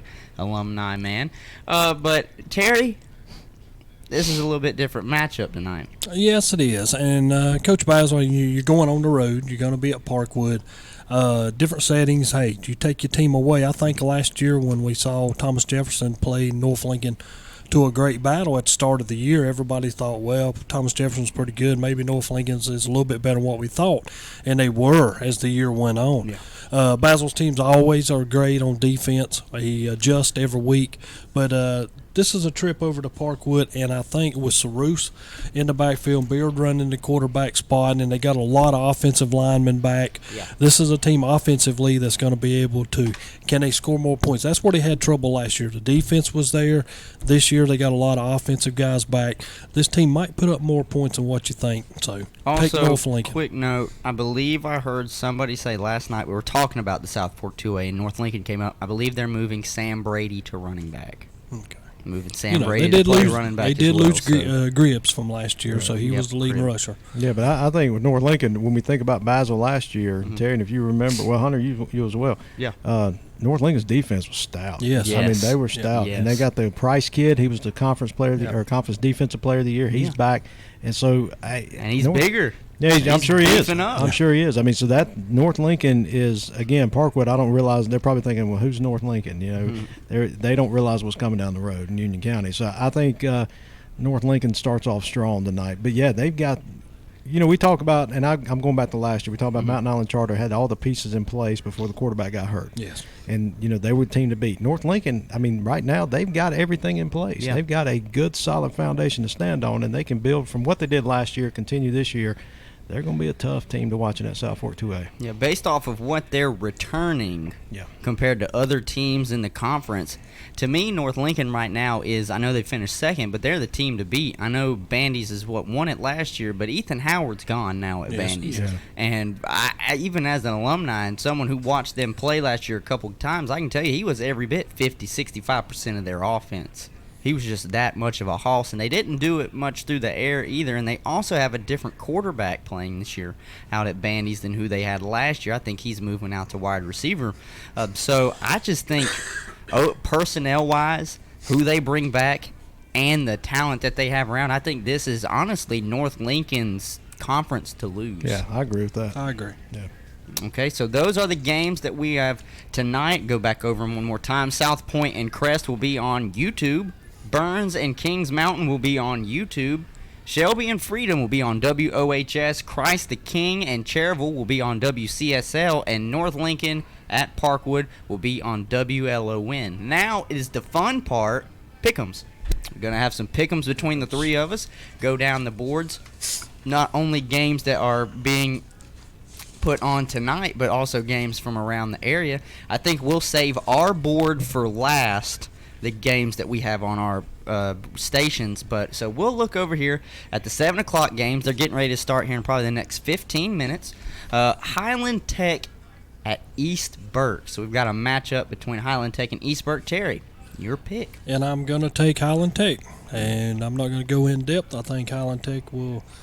And this is East Burke. I mean, this used to be a 4A team, y'all, and they've dropped all the way to 2A, and they've had a tough time since they've got into 2A, and students coming to that school, and I don't think they're going to have the talent. I'm going to say Highland Tech wins this one.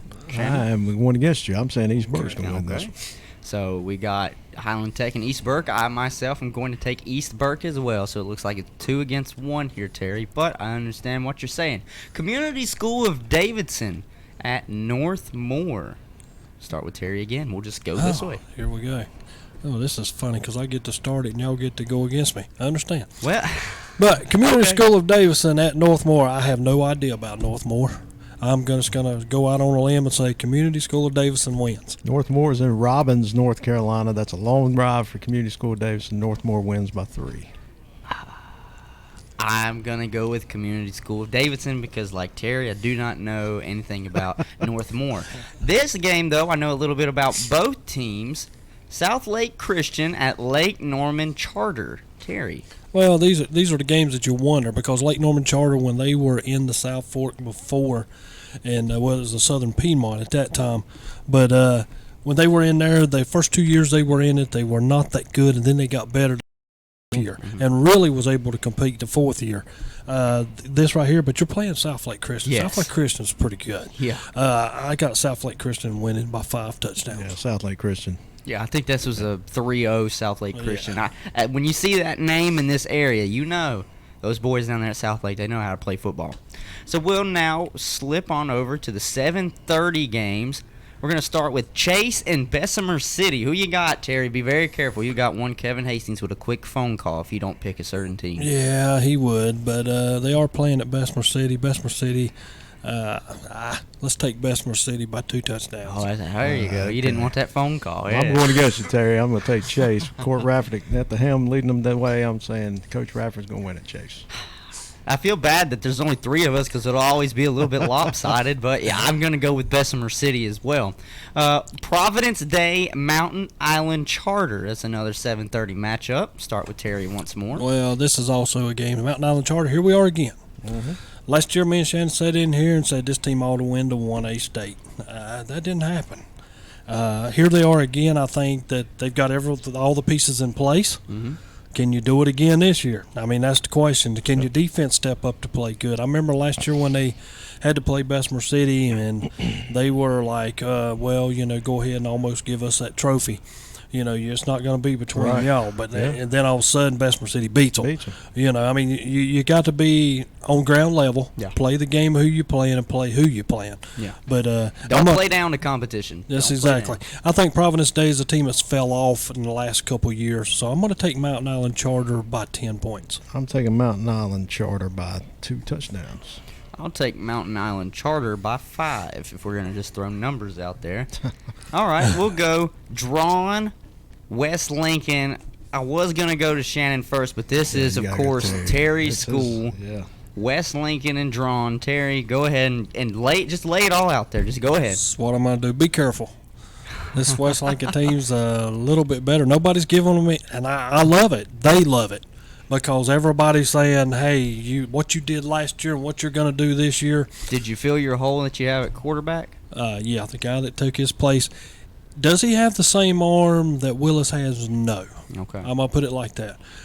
Is he faster? He might be faster if he takes off. Well, for your offense, that fits because I thought last year, if I was a coach, I know they weren't going to switch anything up because they've been for a long time, but I probably would have let Willis throw the ball a whole lot more than they did let him. He had a very good arm on him. And a lot of people, I've heard that from a lot of people, they said they'd let him do it. But be careful with your 2 running backs. Your offensive line is getting better. I'm going to be like Lineberger used to say for South Point. We lost 4 out of the 5 guys up there, so we had to replace 4 of the 5. They will get better as the year goes along, but one thing that will help them is their 2 running backs back there, Xander Pendergrass and Cannon Bridges. And if you've ever been hit by Cannon Bridges, you'll know he's around. He's a middle linebacker. He's almost like Holyfield over here. And West Lincoln, this game right here, by 5 touchdowns. Yeah, I'd say West Lincoln easily 35-7. I'm going to go West Lincoln 28-0. I think it's a shutout. I think they hold Drawn. And they had a good defense last year. I'm guessing it can only be just as good this year. That was one of the things that a lot of people talked about West Lincoln last year because I was there for the North Lincoln-West Lincoln game where North Lincoln got actually, that could have been a game North Lincoln lost. Just West Lincoln kind of shot themselves in the foot a couple times. We'll go to Bandy's and St. Stephen's. I guess I'll start there if we're going to go with teams. I I think this is a tough one for me because every year it seems like, at least when I was there, St. Stephen's played us hard. They played us real hard. If it wasn't St. Stephen's, it was Fred T. Ford. Both those teams, they really played us hard all the time. I'm going to pick Bandy's to win because I think that coach has got something going on up there. They had a really good defense last year. The only question I have is what kind of offense are they going to run now that Ethan Howard is not there? They can't be so self-reliant on the ground. If they can't move the ball as good without him, I think they might take a step back this year. But I'm going to pick Bandy's to win this game, and I don't think it's going to be very high scoring. I think it's going to be like 13-7 or maybe 13-3. I'll take Bandy's. I think Bandy's will win this. Okay, I'm going to take Coach Bandy's too. I'm going to take Earns. I mean, he is the first year there. He is like Basil, 12-2. What a job he did. I'm going to take Bandy's. And St. Stephen's is a team. They'll have a good year out of every 8. Yeah. I mean, there'll be a good year that comes out of them, but I don't think it'll be this year. Bandy's. All right. We'll go to the other team that I kind of mentioned and an arch rival, Ford and that blue team. Terry. No, you know what? No, we'll start with Shannon. Ford and that blue team. You can say that blue team's name, but let me tell you something real quick. Terry came in here one Saturday morning wearing that blue team on his head, with a hat, and I about had an aneurysm. I don't blame you. I'm going to say the blue team will win this one. I don't like them either, but the blue team easily win this one over Ford. Ford, and I think Ford's going to be good maybe later on, but you're playing a tough team here this first week. So Maiden. Let's go ahead and say it. Say it. Yeah, okay, get it out. Yeah, go ahead, Terry. All right. Coach Geddes is back at Ford. He coached there from like 2003 through 2010, and now he's returned. Can he keep this team going? You're playing Maiden. This team last year, I think, finished 8-5, and they thought it was a bad year. Yeah. A lot of teams around here will take 8-5. Yeah. But now 3 years ago, Ford beat them in the playoffs. Sure did. First round. Matter of fact, shut them out. I think. This might be a revenge game. But Maiden's hoping to have. I said it. I didn't mean to. But Maiden, I mean, this is somebody that Hunter needs a hat for. No. So I'm going to take Maiden. No, I'm taking Ford. Oh, wow. I'm taking Ford. That's a spite pick. Yeah. Next game we have, it's another team I don't really like, but it's Newton. I can say their name. Newton Conover and Bunker Hill, they will be playing. That was mine and Terry's game to watch for that we aren't that we're not carrying on either YouTube or our radio stations. So I've started Shannon again, Bunker Hill, Newton Conover. I think Newton Conover, just for the fact that they had they played a tough team last week in Kings Mountain. They know now we're going to play Bunker Hill. They've probably been hit harder, and they've worked harder this week. Bunker has no clue. They don't have a clue what to do in this game. Newton's gonna roll. No offense, Bunker Hill, but Newton's just gonna. I think they're more athletic, probably more physical, and maybe not more physical, but more athletic. Yeah. Well, the way I put it to start it was, this is a better team, but does it fluctuate into more wins? I don't know. I got Newton Conover by 14. Yeah. I can see that Newton Conover by 14. Bunker Hill, even when they were in the South Fork 2A conference, they always were really, unfortunately, the butt of the joke, and they really were overlooked by a lot of teams in the conference. And I think Newton Conover continues with a victory today. Now we're going to look at this little rivalry it looks like going on. North Gaston, East Gaston. I'm going to stick with Shannon here. Shannon, who you got? Wow, these two teams, they struggled, I know, in the past few years. I know North Gaston last year had two of their top stars get hurt right at the beginning of the year. But I think Coach Patton, he does a great job with North Gaston. He's a South Point guy, and and East Gaston's got a lot of problems. They've got a lot of stuff going on there. Kids won't play, or they just don't have the athletes. So North Gaston by, I'd say, 5-6 touchdowns. All right, North Gaston, they were in a little jamboree that West Lincoln was in, and I'm just going to put it flat out. West Lincoln could have beat them 100-0. Yeah. I'm just going to tell you like it is. I'm going to take East Gaston to win. I'll take East Gaston as well.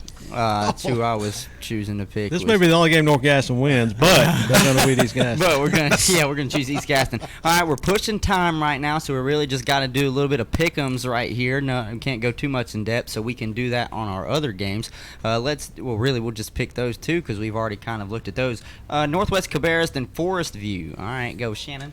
Northwest Cabarrus. Northwest Cabarrus. Northwest Cabarrus. That's 3 across. McDowell, RS Central. McDowell. RS Central.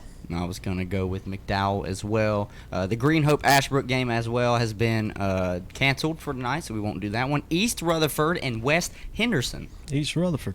Be careful when you go to Mountain West Henderson. What? Terry, come on, man. East Rutherford is not that good. They got the best quarterback probably in the area. I was going to say East Rutherford. I'm going to take Champ East kid. Rutherford as well. All right, so now we're going to do pick'ems real quick for the games on YouTube. South Point and Crest. Crest. Yeah, Crest. Crest. I think that's 3 Crest across the board. Next one on YouTube, Burns and Kings Mountain. Kings Mountain. We'll take Burns. Oh, my. I'm going to take them. Look, I covered Kings Mountain a lot last year, and I know what they got. Hey, this game here, I don't mean to interrupt you. Go ahead. This could be like a 1-point game. I mean, you don't know who's going to win this one. This could be really close, but I'm going to lean with Kings Mountain, and I'm agree with the statements you said earlier. I think they can compete for the state championship. They're good. Neutral level. They just got to try and get through that monster that is Charlotte Catholic. Next game, WOHS game, Shelby and Freedom. Shelby, no trouble. Yeah, Shelby. That's 3 Shelbys. WCSL game, Christ the King and Cherryville. I think we all have Cherryville as well. And the WLON game, North Lincoln at Parkwood. North Lincoln. Mm-hmm. North Lincoln. I think we actually agreed on a majority of those at the end. Then during the beginning, so we've got great games for you tonight. We've still got maybe 2 minutes to try and kill right here. Any of those that you could see, even though you made a pick for this team to win, any of them that you could see flip-flopping and being an upset? Well, the Kings Mountain Burns game, obviously. Oh, wow. Ooh, that's a tough one. South Point Crest game. You could throw that one in there. Again, 2 big rivals or 2 big storied programs. Crest, they only have 5 starters. South Point has 11 coming back.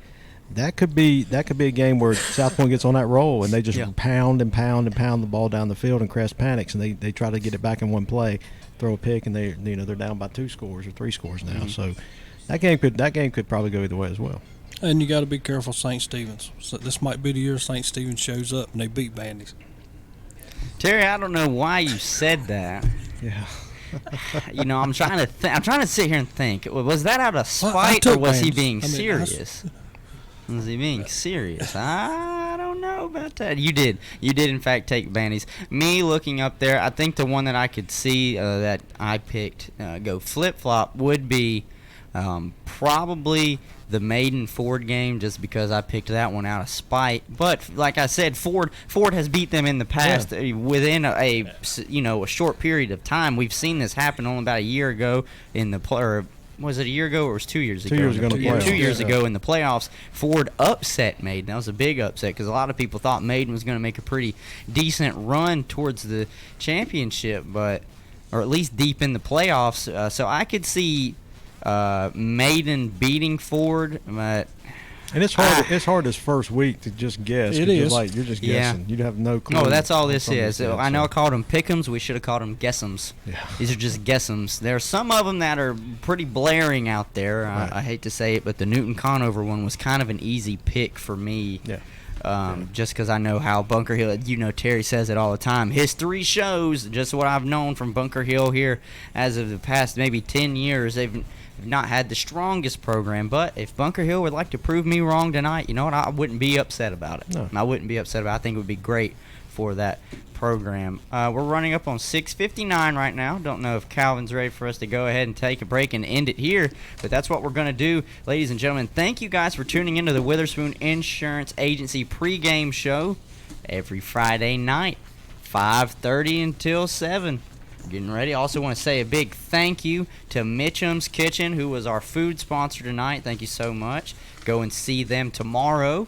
Open 7 a.m. to 8 p.m. Go and see them actually any day you want. It's great food. I know you. Did you guys enjoy what you had tonight? Oh, yes. Oh, yeah, it was good. All right. Sounds good. So until next Friday night, stick around and enjoy all the games we're bringing you. You were listening to KTCBroadcasting.com. Since 1986, Witherspoon Insurance Agency in Shelby has been serving families across Shelby and Cleveland County. And today, Wayne Witherspoon continues the tradition of bringing you the best insurance at the best possible price. With names like The Hartford, Safeco, Progressive, National General, and Travelers. Drop by the office today at 125 North Lafayette Street in Shelby and talk with one of their friendly hometown agents. Witherspoon Insurance Agency, your independent insurance agency since 1986. Shelby Hardware wants to take this time to welcome their new employees.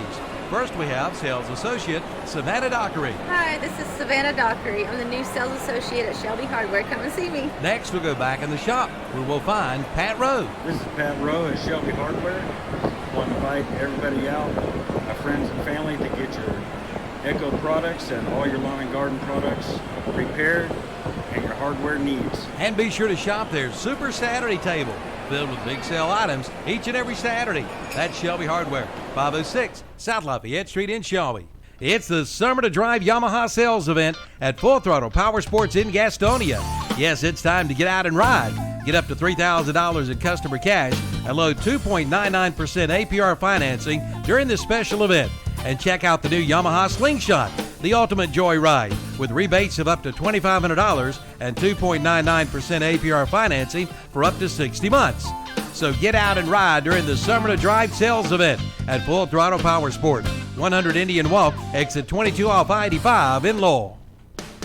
Gamble's Auto Service at 104 South DeKalb Street in Uptown Shelby is your one-stop service center for repair work on your auto. Locally owned and operated since 1980, they offer light and medium automotive repair on all types of vehicles. Bill Gamble and his friendly staff can do state inspections, minor engine repair work, brakes, air conditioning, and heating service, timing belts, tune-ups, and oil changes, and lubrication. And now Gamble sells new and used tires. Stop by and let Gamble's Auto Service take care of your automotive repairs and servicing.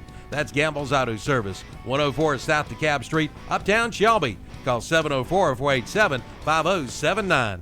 Isolated and alone? That's how millions of Americans feel while experiencing a mental health crisis. Need to talk?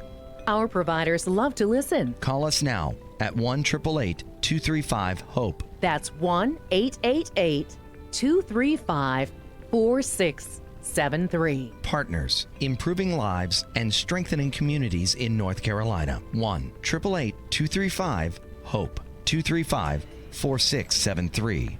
All right, 3 minutes after 7 o'clock, WOHS in Shelby, North Carolina. Time now for Shelby Golden Lions taking on the Freedom Patriots right here on the radio, and we'll keep you updated with the other scores from across Cleveland County, Cleveland, Gaston, and Lincoln County as we go through the night. Let's send it out to the ballpark. Freedom High School, Brent Pasco and Jeff Jones. For a really tough game today with the Freedom High School Patriots. This is a rivalry that goes way back to 1926. Morganton High School played Shelby in 1926. Shelby won that first game 13-7, and for the entire series, Shelby leads 31-20.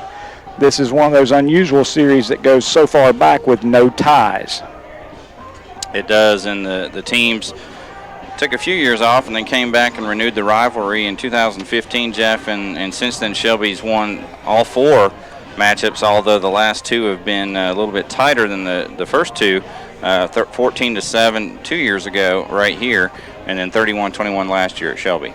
Absolutely, and this game was a conference game from 2009 to 2012, and that would be the only 4 years that Freedom and Shelby have been in the same conference, and Freedom won 3 of those 4 games, which is pretty unusual for the Golden Lions to fall behind in a conference game, in a conference series. But as you said, since the series was renewed in 2015, Golden Lions have won all 4 of those. And tonight we're excited to be here. Our title sponsor, Ronaldo Auto Mall, for the entire broadcast, and our stadium pregame show by Bill Shuford Heating and Air in Shelby. And as I said, we're looking forward to a big game here tonight. The stands are starting to fill up on both sides, and we're just hoping against hope that we're going to have some non-rainy weather. Actually, it'd be okay if it rains. It's just that the lightning. We need to keep the thunder and lightning away. Yeah, and that's been a factor here several times in the past, early season football as well as the American Legion World Series, Jeff, that was just in Shelby last week. and several of those games postponed and finished up the following day and so on and so forth. But we're here in Morganton. If the rain holds off, it's a mild evening for this time of year, Jeff. It's not nearly as hot as some of these games we've witnessed early in the season. Hopefully that leads to less cramping and things of that nature, but we'll have to see how that plays out. Shelby coming in as the defending 2 AA state champions, Jeff. They've also won 5 of the last 6 state championships and going for 6 out of 7, and pretty neat to be able to talk like that. And that just means Shelby's played 15 or 16 games for 6 straight years. And one of the things that really tends to help is those extra 5 ball games at the end of the year gives your youngsters a chance to practice 5 extra weeks, and that's one of the things that really helps next year's team when you've had that extra practice for those youngsters. Well, you've got Shelby coming in with a veteran offense. Jeff, they return 8 starters out of last year's state championship team. They also on defense return a couple on the every level, a couple of defensive linemen, a couple of linebackers, and a couple of DBs. But that means they do have to replace 5 or 6 starters on that defensive unit, as well as in the punting game with the graduation to Kobe Farmer and company. So that'll be a side of the ball that we really look to see how they look, who starts, who's making the plays and so on and so forth. We know the big names, Jack Hollifield, Deshaun Christopher, Nick Stites, Ethan Mitchell, but some new faces are going to be out there as well this year. Quavis Tate at one of the linebacker spots, Tyler Arrington, Jaheim Butler, Nick Corey.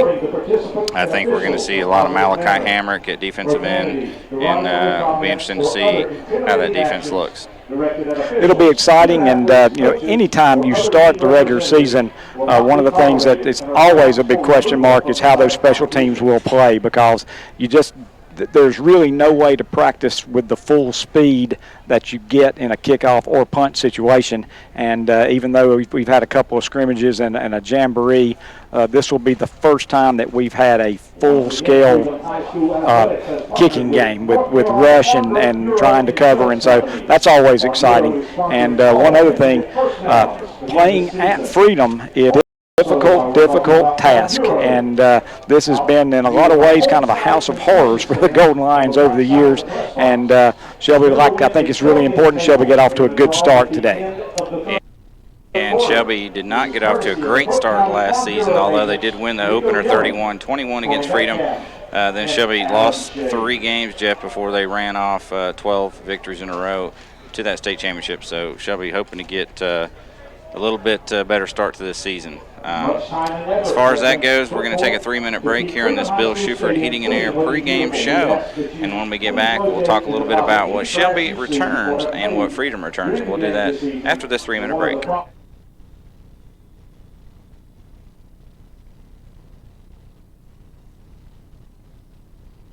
Do you know what Putnam Distributors sells? Auto parts, truck parts, stuff for all sorts of equipment, plus 25 brands of motor oil, hydraulic fluids, filters, batteries, even nuts and bolts, and all at low prices. Putnam Distributors is located in downtown Patterson Springs, just 5 minutes from Kmart and the Cleveland Mall. Go south on Highway 226 or Highway 180 and just follow the signs. Putnam's prices are low on everything and for everybody. Call 704-487-9395 or visit them online at PutnamDistributors.com. The automobile rates have never been better than now at Reed Lindsay State Farm Insurance Agency in Shelby. If you're in the market for automobile insurance, now is the time to see Reed Lindsay State Farm Insurance.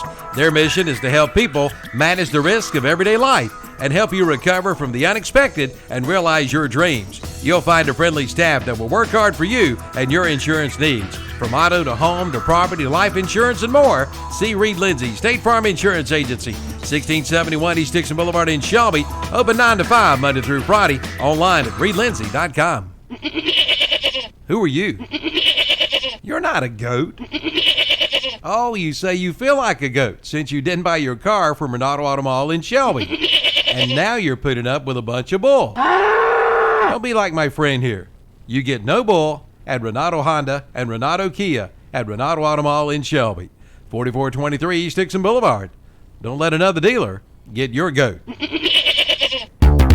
The Roundup store in Shelby is now your brand new Festool dealer in this area. Festool brings you 90 years of perfection.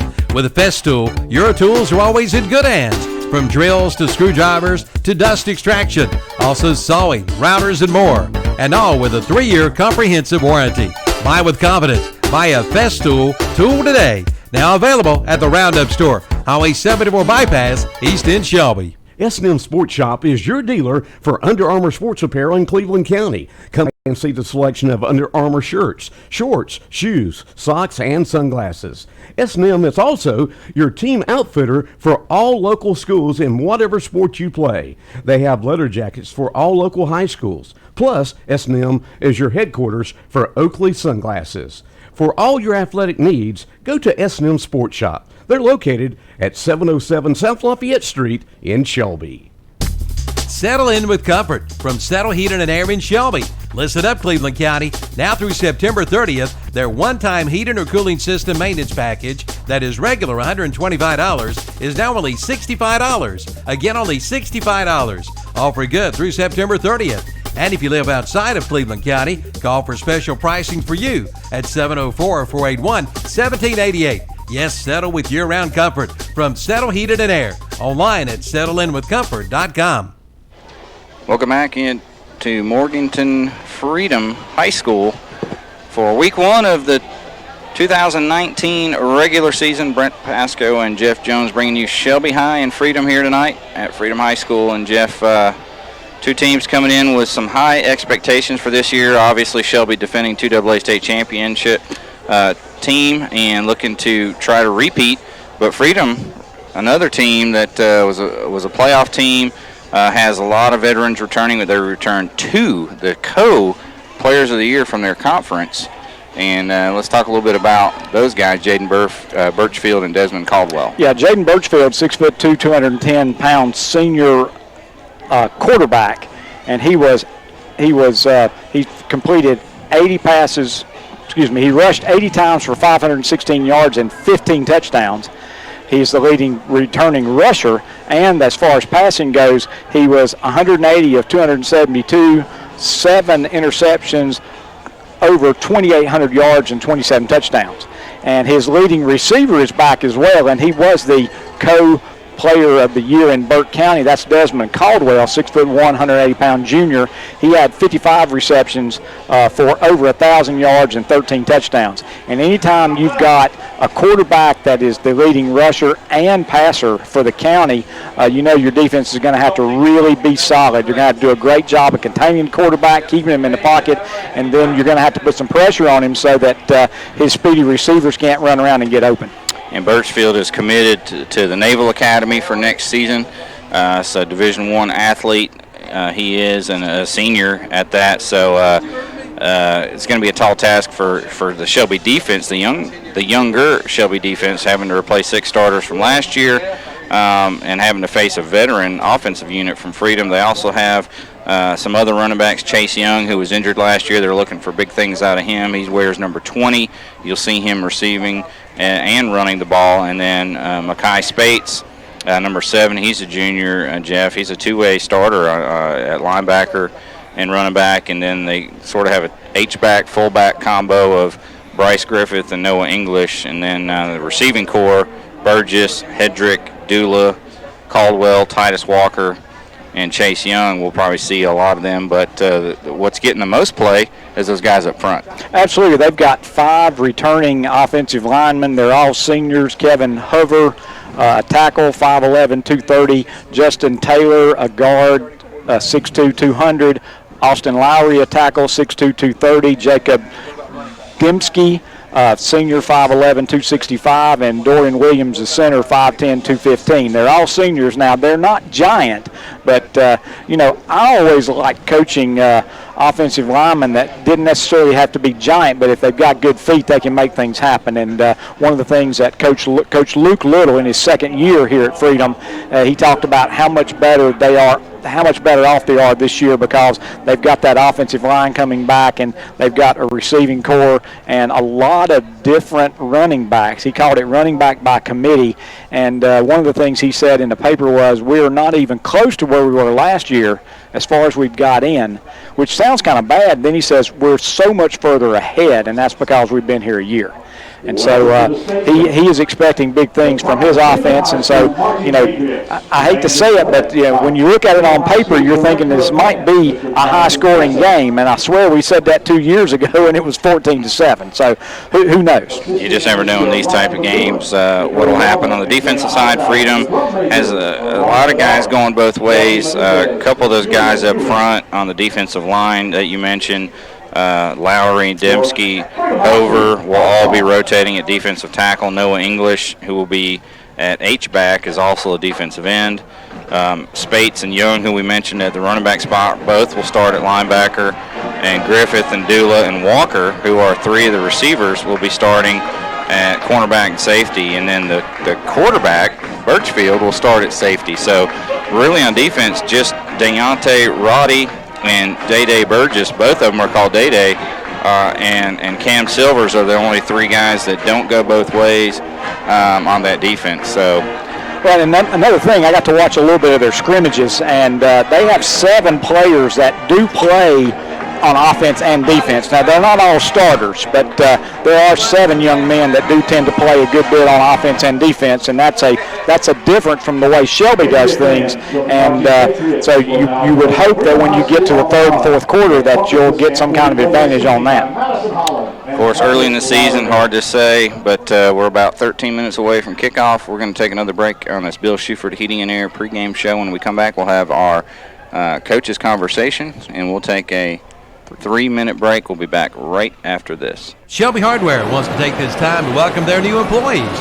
First, we have Sales Associate Savannah Dockery. Hi, this is Savannah Dockery. I'm the new Sales Associate at Shelby Hardware. Come and see me. Next, we'll go back in the shop where we'll find Pat Rowe. This is Pat Rowe at Shelby Hardware. I want to invite everybody out, my friends and family, to get your Echo products and all your lawn and garden products repaired and your hardware needs. And be sure to shop their Super Saturday table, filled with big sale items each and every Saturday.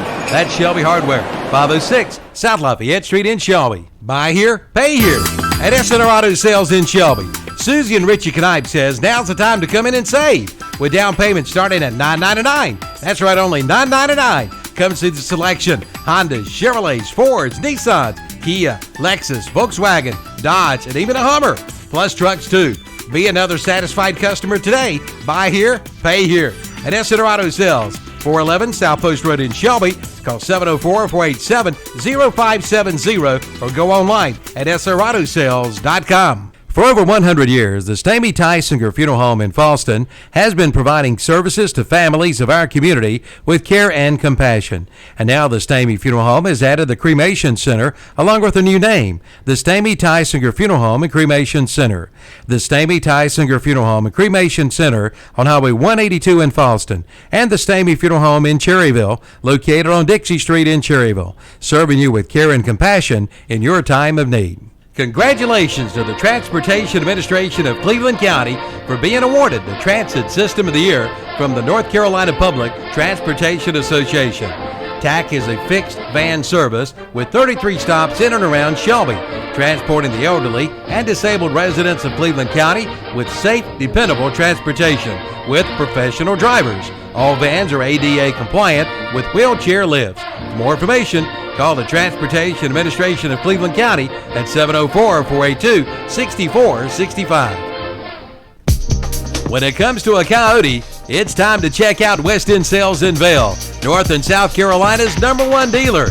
Head to West End Sales in Vail for your coyote today. Check it out. It's time for you to get ahead of the pack and get a new coyote from West End Sales in Vail. Ask about their 6-year unlimited hour warranty and a free loader with qualifying tractors. That's West End Sales, located at 110 North Highway 18 in Vail. Do you need a little more color in your spring, like the color of green? Then head to Basic Finance in Shelby. At Basic Finance in Shelby, the sky's the limit for the new spring loan. Basic Finance is behind you with the money you need. For more information, call 704 481-0111. But better yet, drop by soon. Basic Finance, located at 308 East Dixon Boulevard in Shelby, right across from Shelby High School.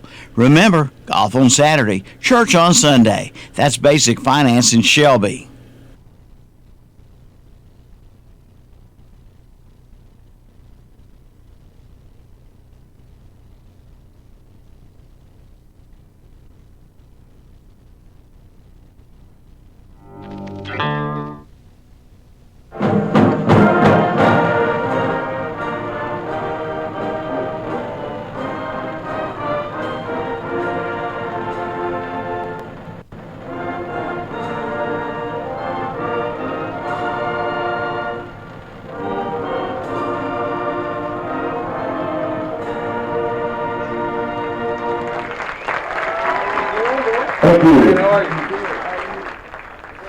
Welcome back to our Bill Shuford Heating and Air pregame show here at Morganton High School. You just heard the national anthem, and now it's time for our coaches' conversation with Coach Mike Wilbanks. The referee this evening, A. Simmons. Welcome into the first edition 2019 Shelby High football season. This is Coach's Conversation with new head football coach Mike Wilbanks here. We're in the Fieldhouse on Thursday morning. Get ready to kind of put the finishing touches on the game plan for the game on Friday. First of all, Coach Wilbanks, congratulations on becoming the 6th head football coach in the past 80 years at Shelby High School. I appreciate it, Coach, and it's kind of a humbling thought to think that 80-some years, only been 6 head coaches, and I get the privilege and honor of being one of those guys. I'm just in awe of that and humbled by it at the same time. Well, we're really excited to have you as the head coach, and Coach Wilbanks, in a way, you're somewhat like me in that you spent, quite a number of years, as an assistant coach, and you've been several different places. I know you were in Columbus County and then Cleveland County, and then you've been at Shelby ever since 2006, and I got the privilege of coaching with you for several years before I got out.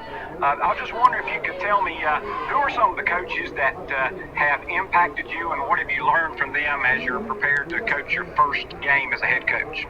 Well, one of the things I learned early on from my high school playing days, Coach Stubbs at Bowling Springs High School, he was a very detail-oriented coach. He was all about the itinerary. He had a plan on the board for the week. He had us a time schedule. We knew exactly what was going on, when we were supposed to be where, what we were going to be doing. So I think he and I had the same mentality as far as that goes, because I enjoy that kind of structure. So I kind of took that from him. I learned a lot from Ron Massey, coaching under him, doing my student teaching at Kings Mountain. And from him, I just took some of the things from the game as far as just the hard work and some of the passion he had, and how he treated the players and demanded of the players. So I got that from him. And then, of course, Coach Norman. When I first got to Shelby, coaching under Coach Norman, just hard work was key, and the attention to things like special teams, fundamentals that we went through every day. Those are some things that I kind of gathered from him and learned from him as I watched him coach. And then, it's been the last 8 years with Coach Ware. Learned from Coach Ware some things on how to deal with different personalities. I think he was good at handling a bunch of different personalities on the team at the same time, as well as dealing with the community. I kind of watched him deal with people in the community, and some of those things, I've kind of taken all that stuff and put it in my toolbox, and hopefully I can use some of those tools correctly as I embark on this endeavor all night. Well, talking about tomorrow night, one last question about sort of the past. This part that a lot of times all coaches call this part camp. I mean, we've just kind of finished camp. And what kind of things have you learned about our team here through this time period, through the early practices and the jamboree and the other scrimmages? I've learned that generally they'll do what's expected of them. We've set some standards early on as far as just little things on, touching the line, or what we're going to be and what we're going to be wearing, what time we're going to be where.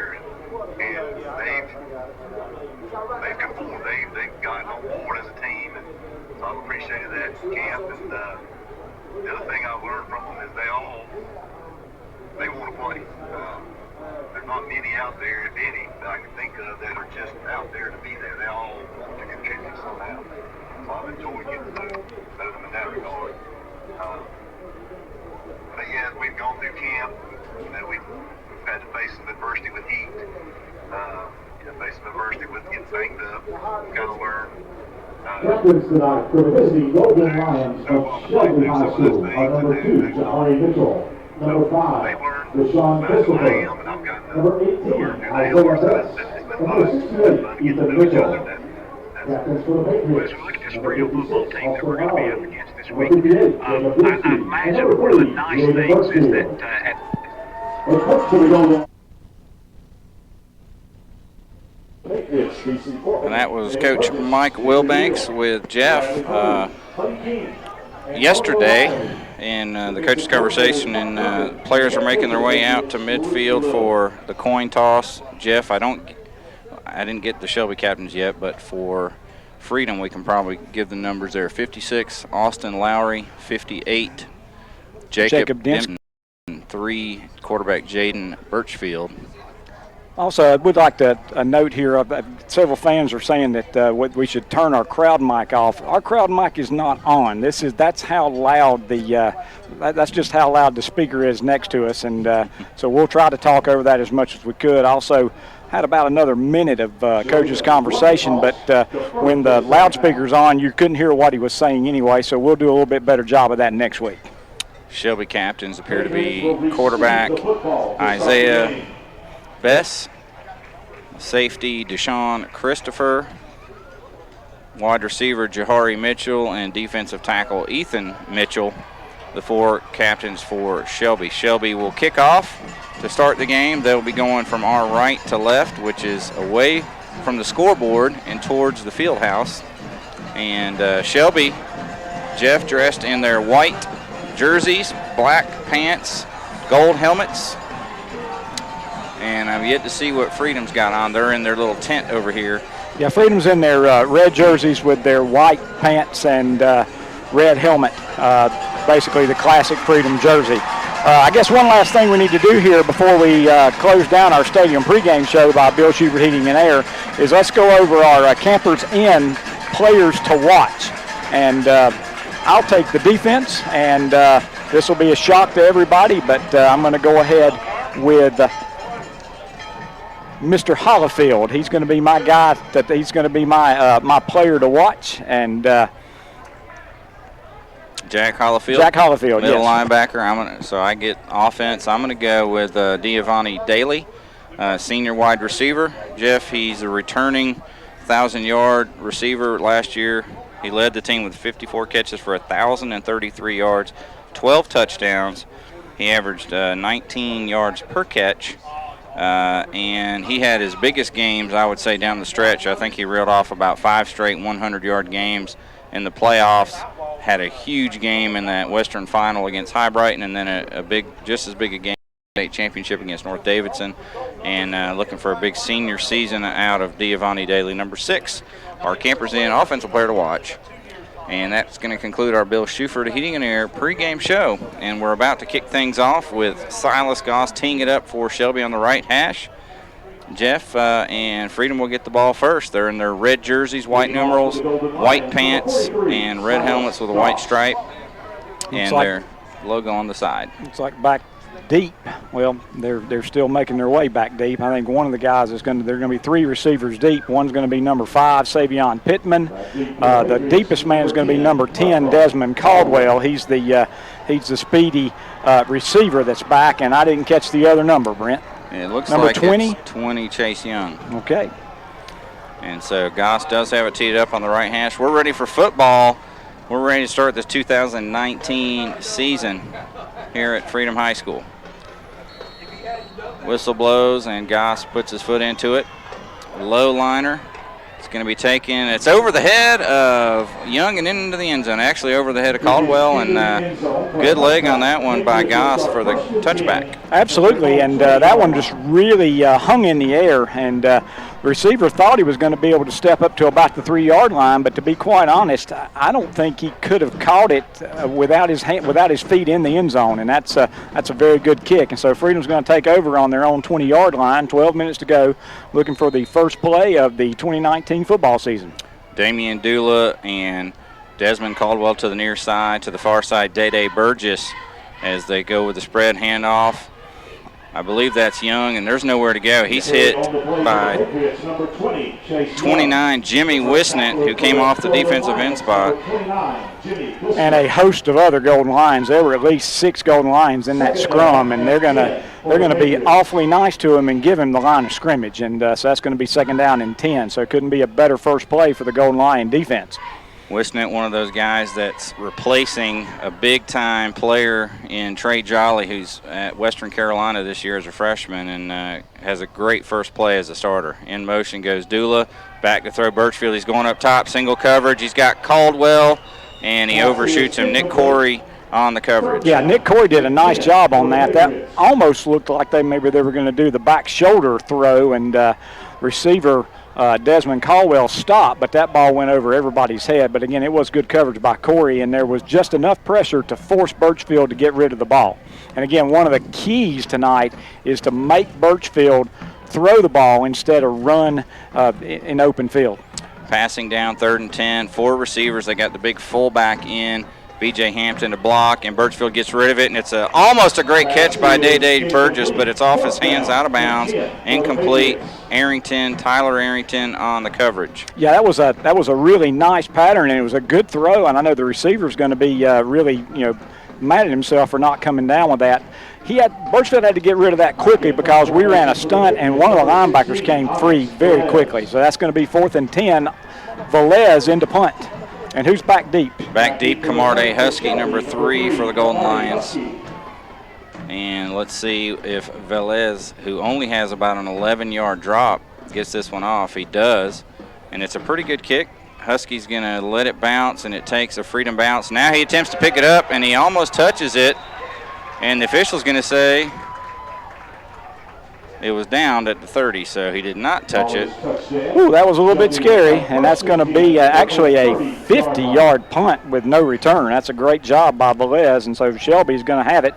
1st and 10 on their own 30-yard line, 11:03 left here in the first quarter. Yeah, that was one of those where Husky could have come up and fielded that. He elected to back off, but then it bounced towards him, and he thought, well, maybe we'll pick it up, and then it took a bounce away from him, and he quickly pulled his hands back. 1st and 10 Golden Lions, Isaiah Best in the shotgun, and he's back to throw on 1st down. He's over the middle on the drag route, caught by Camarde Husky, but it's a short gain of just 1. Yeah, that's a great job by the secondary, number 3, Birchfield. So Birchfield not only playing quarterback, but also playing on the defense as well. He was playing a safety spot, and he came up and made a great tackle for a 1-yard gain. 2nd down 9 after the 1-yard completion. Shelby with 3 receivers to our near side, but the ball's on the right hash. Daly, the lone receiver, to the right. And handoff to Omar Phillips, and he's got a gain of about 3.5. Yeah, almost a 4-yard gain. Nice push by the offensive line that time, and it looks like the offensive line, Jalen Kimball, Spencer Triplett, Thomas Hogus, Shell Gash, and Max Mooney. That's a big play now, 3rd down and a long 5 for the Golden Lions on their 35-yard line. It's early in the first quarter, no score here at Freedom High School.